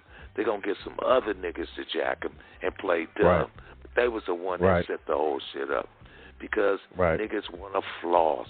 Everybody want to, I don't even know if they still say the word floss. Say floss. But all these niggas all they want to do is floss. Yeah, I'm that man. I'm this. I'm that. And the broads are setting them up. Man, my friend Lamont Bentley, that was on the TV show. Oh, the actor. The actor. Yeah. He had got jacked one time. Right. Yeah. He got jacked one time. He was telling me about it. It's like, man, this broad, I never would have thought nothing. She was so cute and so friendly, and next thing I knew, I seen that story, man. That was cold coming out the hotel. From Moesha, Lamont Bentley from Moesha. One of them, I think, That was some cold shit. Mhm. And he was young too. Yeah, but man, these broads will set you up, man. They'll set you up. A broad had met two dudes on a bus. They was on a regular city bus, and she said, "You have any friends?" Like, yeah, baby, I got some friends. So she get a dude her address. He bring his friends into like a seedy little apartment building. So, dude, they walk into the apartment building, and next thing you know, as soon as they get inside the building, they get jacked, get robbed, get pistol whipped. One got shot, the other one was bloody, ran out, pockets like rabbit ears. He collapses on the grass. Nobody found or arrested for nothing. And they went through his phone and found out who the last person he talked to. And, of course, it was the girls. And, of course, they lived right there, you know, the pinging on the telephone things. And they ended up getting caught. And they pressured them girls so much that the girls told who the other dudes was that did it. And they went over there and thought. Tell. They go, yeah, because they ain't trying to go to Sybil Brand. Remember Sybil Brand Institute? Yeah. That's what. We called it Silly Bitches Institute. That's what women were scared. Women were scared as hell to go there. No. Yeah, because back in the 80s, they didn't want to go to Sybil Brand. That shit was crazy. FBI, man, because it was crazy. My sister told me how crazy it was up in there. I was like, wow, how did you survive that? They even had a movie about Sybil Brand, and Lisa Ray was in it back in the day. Yeah, I seen that tweet. Yep. Yeah, pimps used to hang outside because it's a bus stop, just like at the county jail in L.A. for the men. Yeah. It would be that bus stop. But in Sybil Brand, here they come, you know, with their little plastic clear bag, and the pimps just roll up there and just post up, hey, baby, you know, let me help you. Come on, baby. They used to knock bitches coming out of Sybil Brand. It was crazy. You get beat up. Up in there, girls would get beat up, all kind of shit. That's why they built that jail in Linwood. That's all females now. That was right. Wow. And that was even crazy. It kind of remind me. Because they got the blood girls and the Crip girls up in there. And the hoes. All them bitches on Long Beach Boulevard, all of that. They all got to go to that same jail. Hey, Tweet, I remember when I used to go down. Oh, go ahead, Queen. When I used to go down to the county jail to visit, they had blood days and they had Crip days. Yeah. And I was like, No, that's absolutely true. That's absolutely true. On this day, the blood girls can come and visit the Bloods. On this day, the Crip girls can come and visit the Crips. Yeah, that's how that's absolutely back in the day. Yeah, because they used to get into fights. The girls would get into fights, waiting to go see their man. Exactly. That is absolutely true. Yep. And back then, you could leave money on a man's books. Yeah, real money. On the books, absolutely. Physical cash. Yeah. It was physical cash. Yeah, they had cash in there. It was called a wet money 40. Bag. Money. It was called a wet 40, where they would soak the money in water just in case it was something on the money. And then they would give it to you, and it would always be wet. But you could get $40 every time you got a visit. That was the match. Yeah. Yep. And then you have your little money pouch on around your neck, and man, niggas be in there gambling and buying cigarettes because back then until niggas was getting robbed and shit. That was some whole other shit. Hey, Tweet, let me ask you this though. You go way back. When did because you had the main jail downtown, you know, all that. But when did the Westside come in effect? Because now, you know, where they obviously had to, you know, more space and all that. But when did that come into effect? And that's when it came. It was like Westside was in, I'm going to say way out. about 81. Yeah, like 81 because... It was in the 80s, early 80s. Yeah, like 81.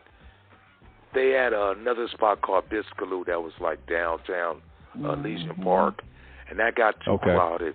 So when they built Westside, that's where they would ship you from the county jail, because the county jail get too busy, they'll ship you there. And then when court time came, they'll bus you back, to the county. LA court. To LA court. Okay. But Westside was just as crazy as I'd rather be. Yeah, that's way crazy because that's just like open dorms and shit. That Westside is old. Exactly. Yeah. Exactly. So look, piggybacking. Yeah. Back on the buses, G-Lew, that's how I learned about transfers. Going to Westside because I wasn't no longer going to LA County. Yeah. Right, and they would punch you with the whole puncher. The puncher. That's what I learned. You get that transfer, they punch it. Yeah, that transfer. Yeah, that's how I learned. Yep. Yeah, because I was like, okay, that was the first trip and the last trip to Westside. That was too many transfers, and I didn't like being by myself. And that shit was far, too. Westside. That shit was far. That on the bus. Hell yeah, it was that shit was, man, that was an excursion. That was an excursion. That wasn't no trip. Cause going in a car, that shit is long-ass way, too. Yeah, well, nobody gonna take me to Westside. It was like, we're not taking you there, so I had to learn the bus route. It was one time I went, and that was the last time. Homie, I ain't gonna see you until you get out. When you was in the county, that's how I know about the blood and the crib days. When you was in the county, it was like, I'm up there. But only thing people liked about Westside, the food was better than the county jail, and the sheriffs wouldn't slap you up as much as they did in the county jail. Oh, the sheriffs would whoop your ass for all kind of shit.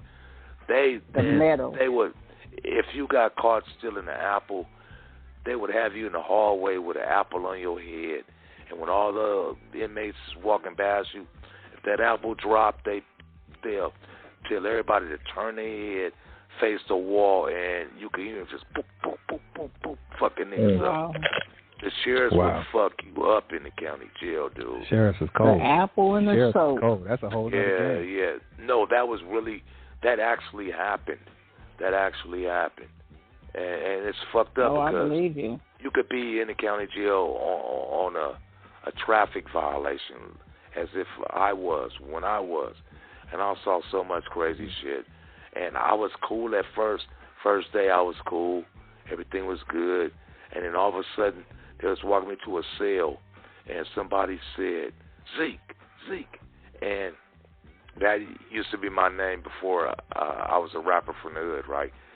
So they just automatically thought that I was a Crip, and next thing I know, I'm in the Crip module. And like, whoa, I didn't want to do this, whoa. As soon as I'm getting there, niggas give me corn chips and, and corn nuts and shit, and one nigga gave me the inside of a speed stick. That you know how you twist that shit? It's like, yeah. So now when we go to breakfast, I gotta roll with everybody else. Like, I'm in here gang banging. But I don't think that's fair. I never thought that was fair though, Tweed, because they do that. Like you said, you could be in for a traffic violation, DUI or whatever, and they gonna throw you in there in the mix. Yeah. And now that creates whole other problems because now you may get caught up, you may have to do some things, whole other shit, and you just in there on a traffic violation. I just don't think that's never done right. That's how they would do it. If somebody recognize you, and call your name out, and they're affiliated, you're affiliated. You can't explain, man, I don't gang bang. Please. And it was funny because I was getting walked to a cell in 9,500 in the regular general population, and somebody said something like, damn, this nigga know me. And then when I get there, all the people that I ain't seen in months, it was like, man, I wonder what happened to you. They was right there. As soon as I walked in, that motherfucker niggas knew me like, damn, I'm in here on some traffic shit, and now I'm in the mix. Man, you in the mix. Pretty much. I had to go to chow with everybody. Like, man, I ain't gang banging because I'm trying to be a rapper. And I was telling them right then, nigga, I'm trying to be a rapper, man. I ain't trying to be all up in here with y'all, man. Yeah, boy, it's crazy. Yeah, it's crazy. It's a cold game. I remember getting out of there and trying to get on the bus, and the bus driver wouldn't let me on the bus because I didn't have no money. I said, man, I just got out of the county jail. Yeah, I still got my wristband shit and all of that. And they wouldn't even let me get on the bus. It was like, wow. I had to walk all the way down there. You had to walk. That's a cold walk. That's a dangerous walk. And then I begged the city bus driver to let me on, told him my situation, and he let me on that bus, and I was able to get back home. Because that's a dangerous walk. Oh, yeah. Man. County jails, man, it ain't the place to be. It was never the place to be. Never. Never. Because them sheriffs was worse than any gang you could even think about. Then the sheriffs have their own rules. The sheriffs don't give a fuck. Man, they'll whoop your ass don't even look at them.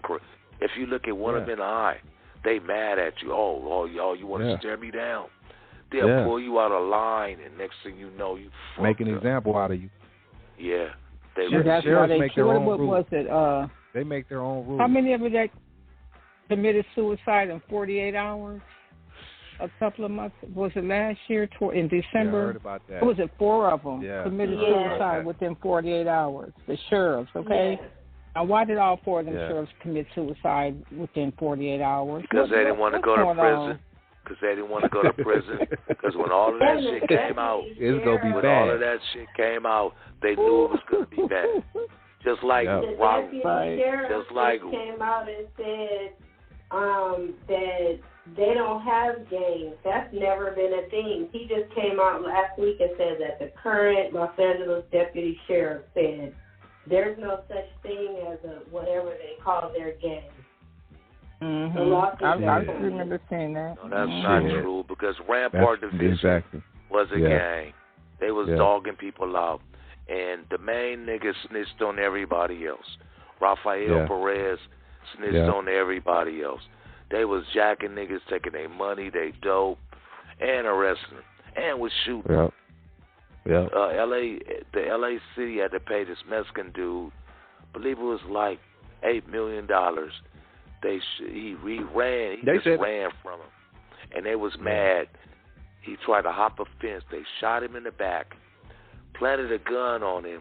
He ended up getting paralyzed from the waist down. They put drugs and the gun on him. He went to prison in a wheelchair, and when it finally came out, he was innocent. They had to pay him like millions of dollars, but it wasn't millions of dollars, and he in a wheelchair. That's what. That was that man. Yeah, I seen that. And you know, even with the movie, like they said, that's what really that movie was based on, like Raphael, like Denzel. You know what I mean? Please. Yeah, man, that was crazy, man. When Chief Daryl Gates introduced the crash unit to L.A., that was the worst thing that could have happened, man. That was, my God. But you knew when they was coming, though. You knew, like on Thursdays, don't be out here trying to sell no nickel bags of weed because you're going to get rolled the fuck up. They had everybody. Thursdays. Man, they had everybody lined up on the wall. Back then, they had Polaroid cameras. They would line us up against the wall, turn us around, and take pictures of you. And back then, for some reason, Harlem would always say, man, if they do that to you and they ask you where you from, you got to say Harlem. Because if you don't, that means you're a buster. Because everybody else is in that line. Everybody else is in that line from the set. So you got to say it. So then once you say Harlem, here come the one other officer with the Polaroid camera, take a picture of your ass, and now your ass is on a wall in a substation. Exactly. On the gang file. That's how they would catch you up. Crap. That around. One dude, one police told me, said, he whispered in my ear, he said, if I was you, I wouldn't be around these knuckleheads because you seem like, you know, you're pretty intelligent. So if I was you, man, you need to get rid of your homeboys, because if I come back and I see you out here selling these nickel bags of weed, I'm not going to have no mercy for you. But he actually let me go, and I knew right then and there that was a warning call. He gave me a pass. He gave me a pass. Going back to the topic, what we were talking about earlier, do you all think, remember how they had Scared Straight?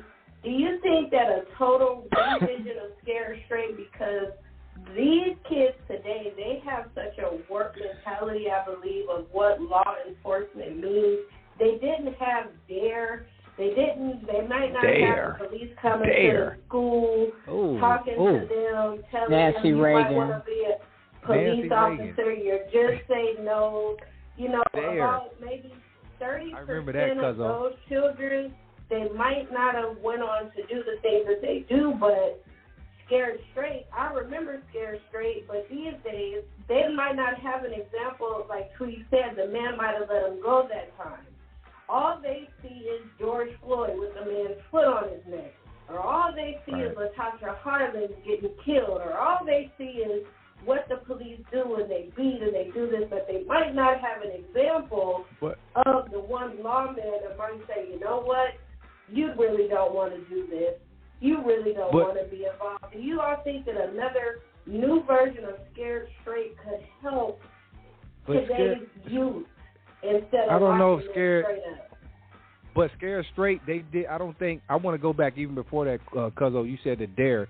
I want to ask y'all, do you think, because I remember that in my day as in elementary, I definitely remember DARE coming to our school, giving us the little T-shirts and all that, right? But we were kids. I would say maybe it had an effect because we were kids. We didn't know any better at that time. So it was like, yeah, DARE, don't say no to drugs, right? But we wasn't introduced to it yet. But do you think stuff like that had a real effect?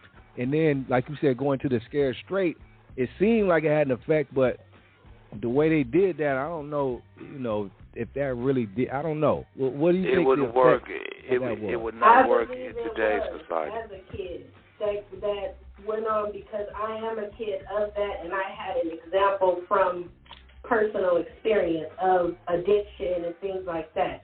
In my day, I think. So sorry, please, go ahead.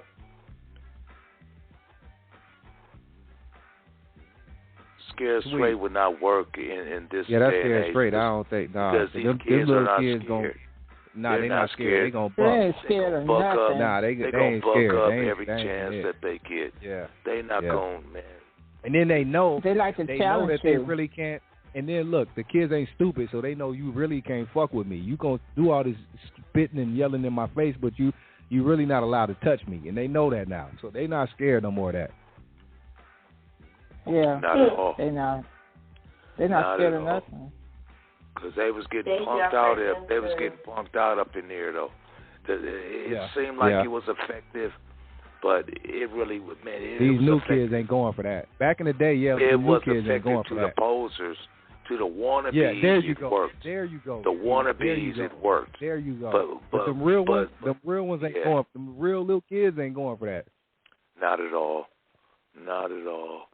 They want to buck up just on the simple fact that they know they was on TV. And I done seen some Scared Straight participants be defiant. I ain't gonna be on TV getting punked. Dudes. Exactly. Girls and dudes was defiant. So that's a complete waste of time. Yeah. What is the answer? How do you help? Jail. That's the answer. How do you help them? How do you help them deter from what is being pushed on in today's media? They get internet in jail. They do get internet in jail. Yeah. Because they give them this little tablet. It's called a G-Lew. Tablet. They got the tablet, exactly. They got the tablets now. Exactly. Because they trying to defer. They trying to take away. They know the kids get them phones in there now, so now they're trying to say, okay, we're gonna give y'all tablets. That's a way to try to. A lot of things. Yeah. They do that's exactly what it is. If these juveniles knew that if I do some dumb shit, I'm finna go to a juvenile hall. Do you realize how many camps, like back then, if you did something, they'll put you on probation. If you violate your probation, you got to go to camp for like 6 months. A lot of people went to camp and helped because they didn't want to go back.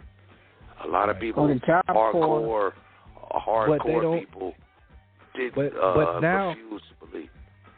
But now it's no real rehabilitation, because that's what the California Department of Corrections and rehabilitation is supposed to do, but there's no rehabilitation. You see now, all they do is build more prison. California has the most prisons in the country, brother. That's and they're true. steady making They're still building some. They're still building some. Because it's an industry now.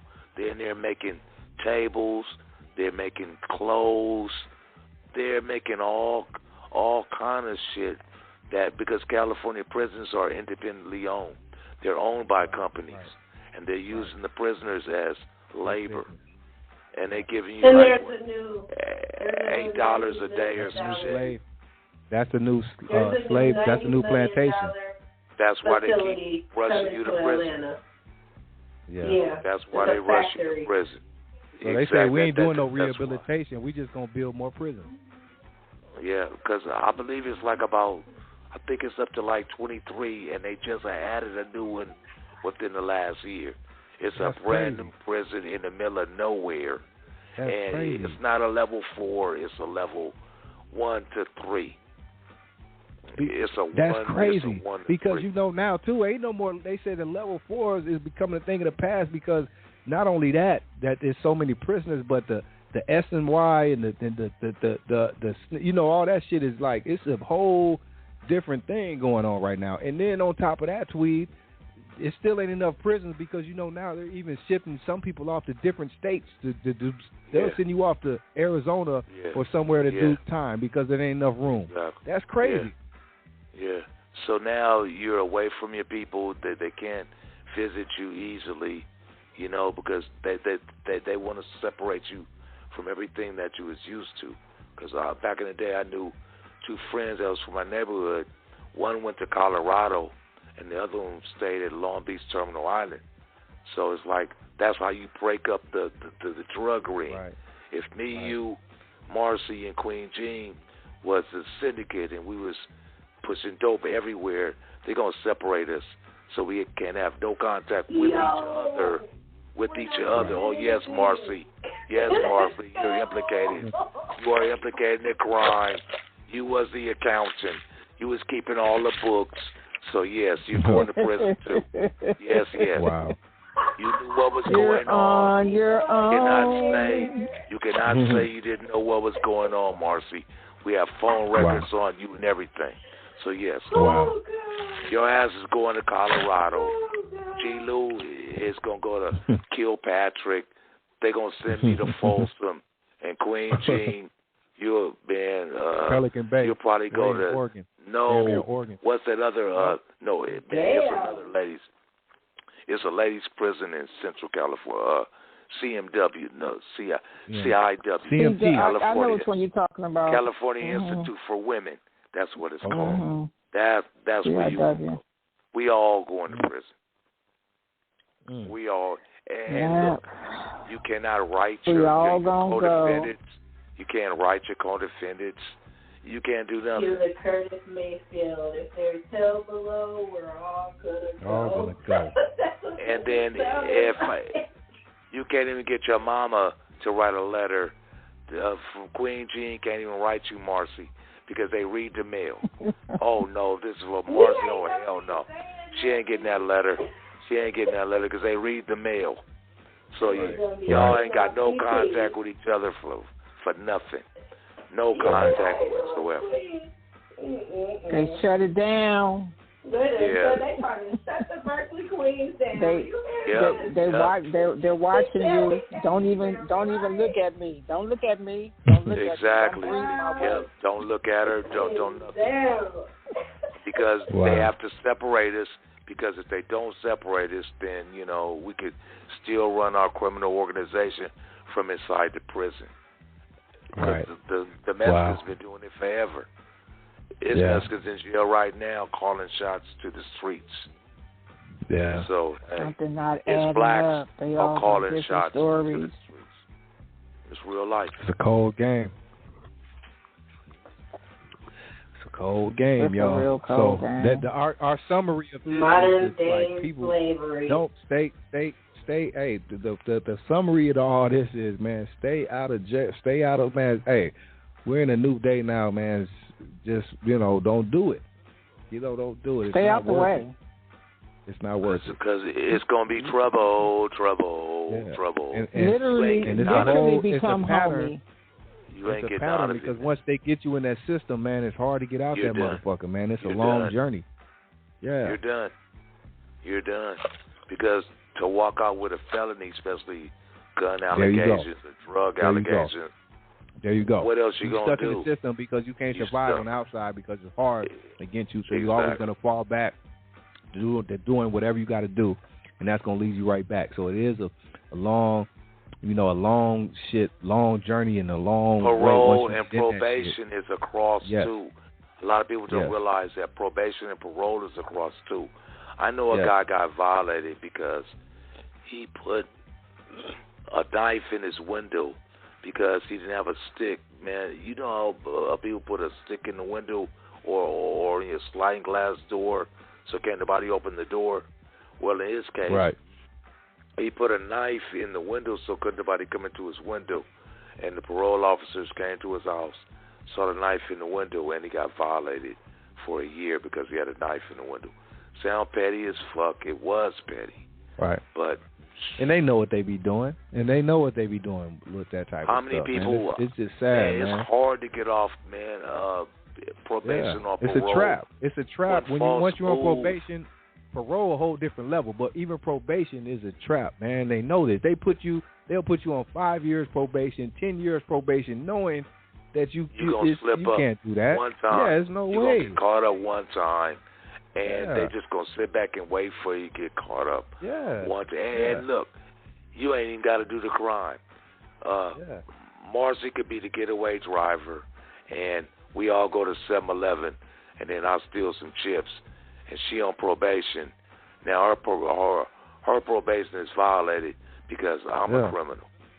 So now you're gone, and you didn't do nothing but take me to 7-Eleven. Didn't even know I was going to steal some chips. Nothing.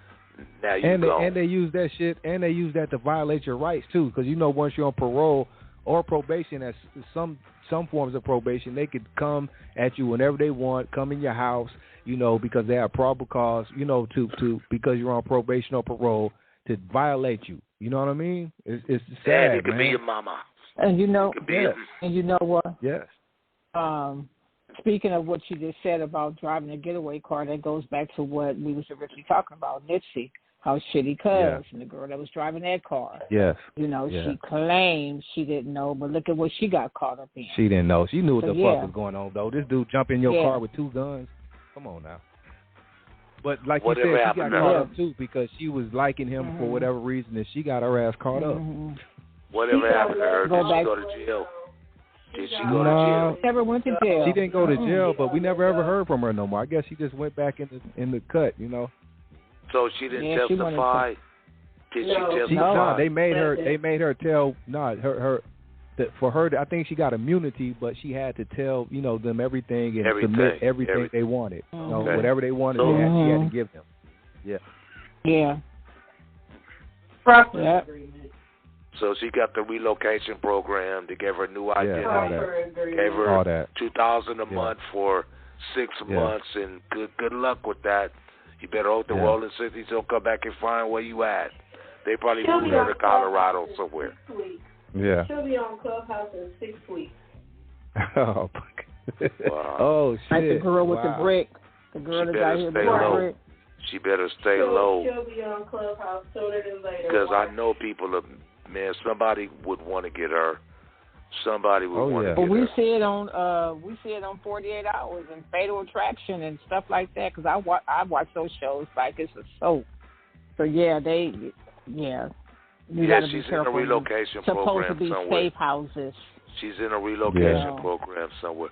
Her and I haven't heard from her no more. I haven't heard anything else from her. That's the point. That's why I know it's her and her immediate family. And that means siblings, mother and father. But anybody's in danger.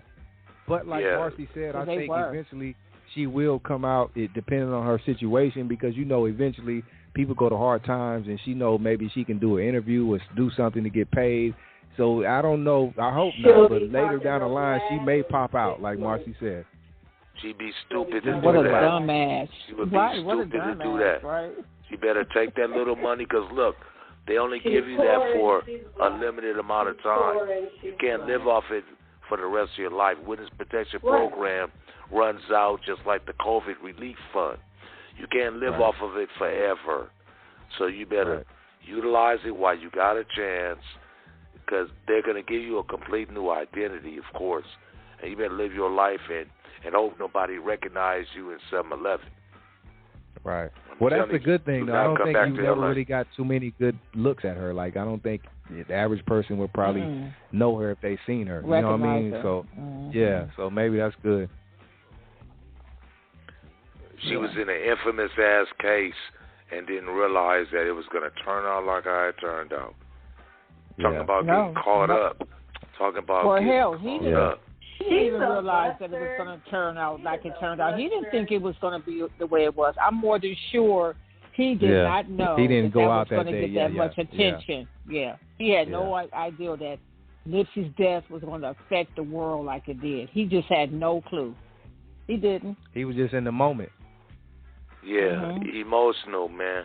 I don't believe that he went there to kill him. Emotional. I don't believe that he went there to personally to kill him. He didn't. He was emotional. Whatever Nip told him and however he felt. And they say he was on drugs and shit too. So definitely it was an emotional state. You know what I mean? But I know he regrets that now because his life is over. But look, she drove him away from the scene, took him to her mama's house. Exactly. And then she tried to act like she didn't know. She definitely knew what was going on. Took him to the motel. She did, man. She was implicated, but they didn't want her. They wanted Shitty Cuz. So they gave her a pass. They gave her a pass. And she better stay in the cut as long as she can. Yeah. You know, go to school, go get you a degree, and don't tell your story, and your coworkers will never know that you the girl that was with Shitty Cuz. That's something I wouldn't want you might get fired. Right. They find out. I wouldn't want nobody to know that. She should not want nobody to know that. Right. That's a fact. So y'all, in summary, what we got here? You know what I mean? This is incredible. I don't even know we went down the road we went, you know, but we talked about it tonight. What do we got in summary, everyone? What can we take from this? And God's word is for your correction, protection, and direction. Oh, that's deep. Say that again, please. Queen Jean. God's word is for your correction, protection, and direction. That's what God's word is for. That is deep. But suppose I can't read. Suppose I can't read because I'm from the hood.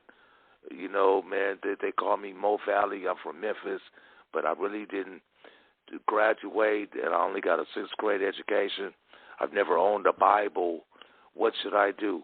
Because I want to change the audio. my life. They got the Bible on your phone. Yeah. You can get it on audio, and you can pick whatever book you want, and that man will read it to you. I got audio on my phone, so you can get one of your little homies. You get one of your little homies and tell them, hey man, put this on there. One of your little chicks and put this on my phone. I want to listen to the Book of John and that's deep. And read it. And, I was thinking about getting jumped into the Nation of Islam or something. You know, I'm 45 years old. Maybe if I get jumped in the Nation of Islam. Noah. I sell some bean pies on Crenshaw for 2 years, and I might could raise up in the ranks or something, you know. They just need an outlet. I love them bean pies, though. Yeah, we need an outlet. They do. Something else. We need an outlet. Yeah. But all these kids are followers, though. If they wasn't followers, man, it would be better.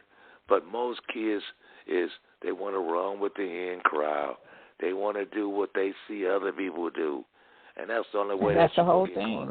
That's the problem right there. We got a lot of followers. No mind of your own. No mind of your own. No leaders. We have no more leaders. That's what I even spoke on with Nip, you know, to go back on that. He was the last, even of his section and over there, you know, it was clearly that he was a leader because now, you like I said again, sorry to say, it's nothing. It's just like, you know, so I don't know. at least Sam learned the hard way. It's messed up. He lost his brother, but at least he decided, man, we had the right plan. We wanted to do right. It didn't work out. So it worked. So let's go. Let's get the fuck out of here. Yeah, man. I just gotta out of here. Man, call it a day. Damn. And you know, damn. We definitely had a plan. We saw it through. We believed in each other. It worked, but to no avail. The whole area is gone, desolate. The whole area is gone. You see that shit? I'm surprised ain't nobody bought that shit up and try to revitalize another company. Or something. No, I would say this, Tweed. They do have that I was over there. They do have it. I don't know when it's going to go in effect, but they have rebuilt it. It's supposed to be some type of community center now in Nip's name. But I just don't know whenever they're going to open. Like, they're building it, and I see it because I was over there. But I just don't know when they're going to open it and what kind of effect it's going to have, because we haven't had anything. Like, it's so shattered over there that I don't really see how it's going to work. That's why I don't think it's even been opened yet. But they are building it. The agents would buy it and turn it into some other shit. It'd be T-Shirt City or another fake swap meet or something, you know, because I'm sure the agents probably, want to get that shit quick. It'd be a fish market. It'd be a Chinese food spot. They want to do something, and they got the money to be able to do it. A mini swap meet. Exactly. That's what I would think that they would. And then they can perpetrate like they giving something back to the community when all they doing is raping the community, like how they've been doing the Slauson Swap Meet from the grand opening. I was there the day when the Slauson Swap Meet opened up. Oh, I was there. Yeah, man, I was there on the grand opening of the Slauson Swap Meet. Everybody named Mama was there. Yeah. Wow. And the Slauson Swap Meet ain't never, how was that? That everything in that community has changed. The Slauson Swap Meet ain't went nowhere. Because they don't have to go nowhere. Because it's a fixture in the community. It's a fixture in the community. And they was on that roof in the rise protecting that shit at all costs because that was their livelihood. They didn't put all their kids through college by having a booth in that swap meet. Yeah. You feel me? And they don't live in South Central. They live in West Covina and La Puente or wherever they live, and they come there. La Puente. I just threw that one out there. They come there, they open up their booth, and they've been making money. Man, there was a lady that was in the back, and she was the first lady that used to put your name on a golf hat. She'll say your hat, and she'll embroider your name on it or on a T-shirt. She had a sewing machine. Then she had another Mexican lady that would help her. She had a sewing machine. Once that money started rolling, they got the automated shit. And then they had them 2 automated machines. And I know for a fact that those cost like $30,000 a piece. And now you don't see her no more. And she's still there. And that was over all them years. That booth is still there. That lady her house is probably paid for by now from having a booth in the fucking swap meet. I hate when they try to change the name, though. I used to live right down the street from that swap meet on 60th and Halldale. We used to walk to that swap meet, but everybody... You know how many people that got killed around that swap meet? And that's right. That got many bodies. Man, a lot of shit has happened. Yeah. It actually does. It actually does. A few associates get killed up over there. Yeah, I remember you used to be scared. It was like you had to be careful. It's weird now because you can go up there. Like I come and just go up there just to go now. And sometimes I go just to go. Like, let me go here. But I know back in the day that wasn't happening. Like you was really careful. No. You wasn't just belling up in there like that for sure. Because it was in Blood neighborhood. It was like you would know who you was gonna see in there. They would run up in there at any given time. I remember back in the early 90s, I was with Kiki Loco, and this nigga had on a fucking khaki shirt that said Harlem in big letters and a big old 30 on the back of it. And we walking, it was like maybe a billboard. And the blood seen a nigga, and we looked at them, and they looked at us, and it was like, okay, it's like, what it's going to be, because it's going to be something. Right. And Actually, just like that Compton swap meet too. You know, that's a Walmart. They just said we're done with this. Oh yeah. And that was the Slauson was where well. you can go get the airbrushing done. That's what the Slauson was known for too. Go get that airbrushing done. And everybody was getting their clothes airbrushed and buy a cheap hot dog and shit like Costco. And your jury. And that jury. That jury, when you first walk in to the right, Hell that jury store was the one that was making money. Hell yeah, boy. That one was making money. Man, they had Turkish links and shit, man. You know, man, how bad I wanted a Turkish link. Fucking S chain. I got my first chain there too. My brother bought it for me. I think I was around 7th grade. I don't know. And my first everybody Nike got their first chain there. And my shit was like, it was $325. Do you know, man, how many nickel bags of weed I had to sell to get that chain? And then I ended up losing it playing basketball.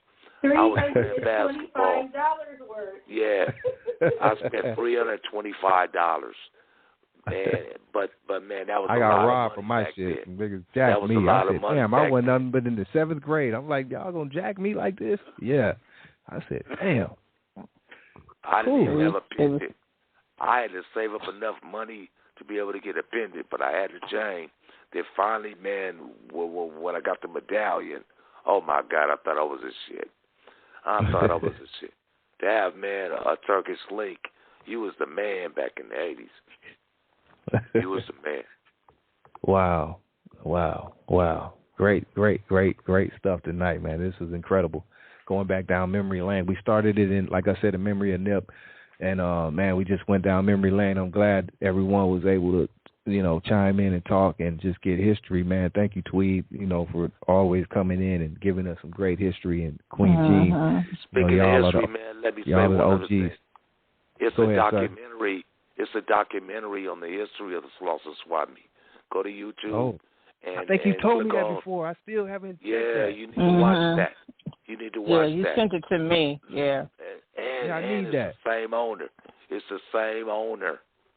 It's the same owner. How is it's a trip to history, community though. changed, but Slauson never went nowhere. It got to be something with that. Like, they were never able to move or shut that down. Why? Because with all the bodies and they paid their fees. They paid their fees to keep that business going. When the riots came, they protected that by being on the roof with them Uzis. Nobody broke into the Slauson during the riots. They went to everywhere else, but you wasn't getting up in there. And you didn't get up in there.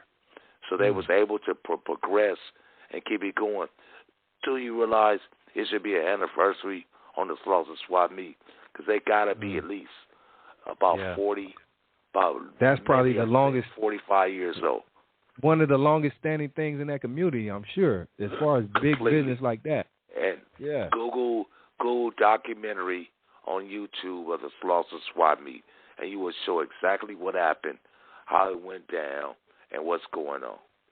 It's on. Because everything YouTube over there now. has changed. They've closed or remodeled. Like, I don't think the Ralph's is over there no more. Everything has changed, but that Slauson is still there. Yeah, that Slauson's still there. There used to be a Blockbuster right down the street. What was that? All that shit is was that gone. a shoe store on? What shoe store was that across the street from the Blockbuster? It's set in the middle of the it's set in the middle of the block. No, it wasn't no Foot Locker. It was an old school shoe shine little place. Yeah, it's set right there in the middle of the block with the antique stove. Remember the antique stove place that was right there? Was that on Western Queen? Yeah, it was right there. We had a Western and Slauson. And G-Lew mentioned the Ralphs. G-Lew mentioned the Ralphs is so done. You know that the Ralphs that's closed down. I know, but the Ralphs was Reverend James Cleveland's church. After the Ralphs closed down, it was a church. Yeah, Reverend James Cleveland had a church right there. That was a church. Okay. They turned that Ralphs into a church. I don't know what it is now. Okay. Reverend James Cleveland. Yeah. That's Reverend James Cleveland. Wow. He had a church right there. Wow. And that market was I know who that man is very well. Yep, yeah, man. That was James Cleveland's church, man. You probably can Google that too. Yeah, man. I definitely got to watch that documentary though. It's on YouTube, Tweet. Yes, it is, sir. All you had to do was the history of the Slauson swap meet. It'll pop right up. I got to watch that. I might go watch that right now after here, when I lay down. Man, it's very entertaining. When you see the little Chinese man that got it, and he got it, and he didn't understand the vision, but then he figured it out. Well, this is what I'm gonna do with it, because it's just a warehouse. Man, it was a great idea.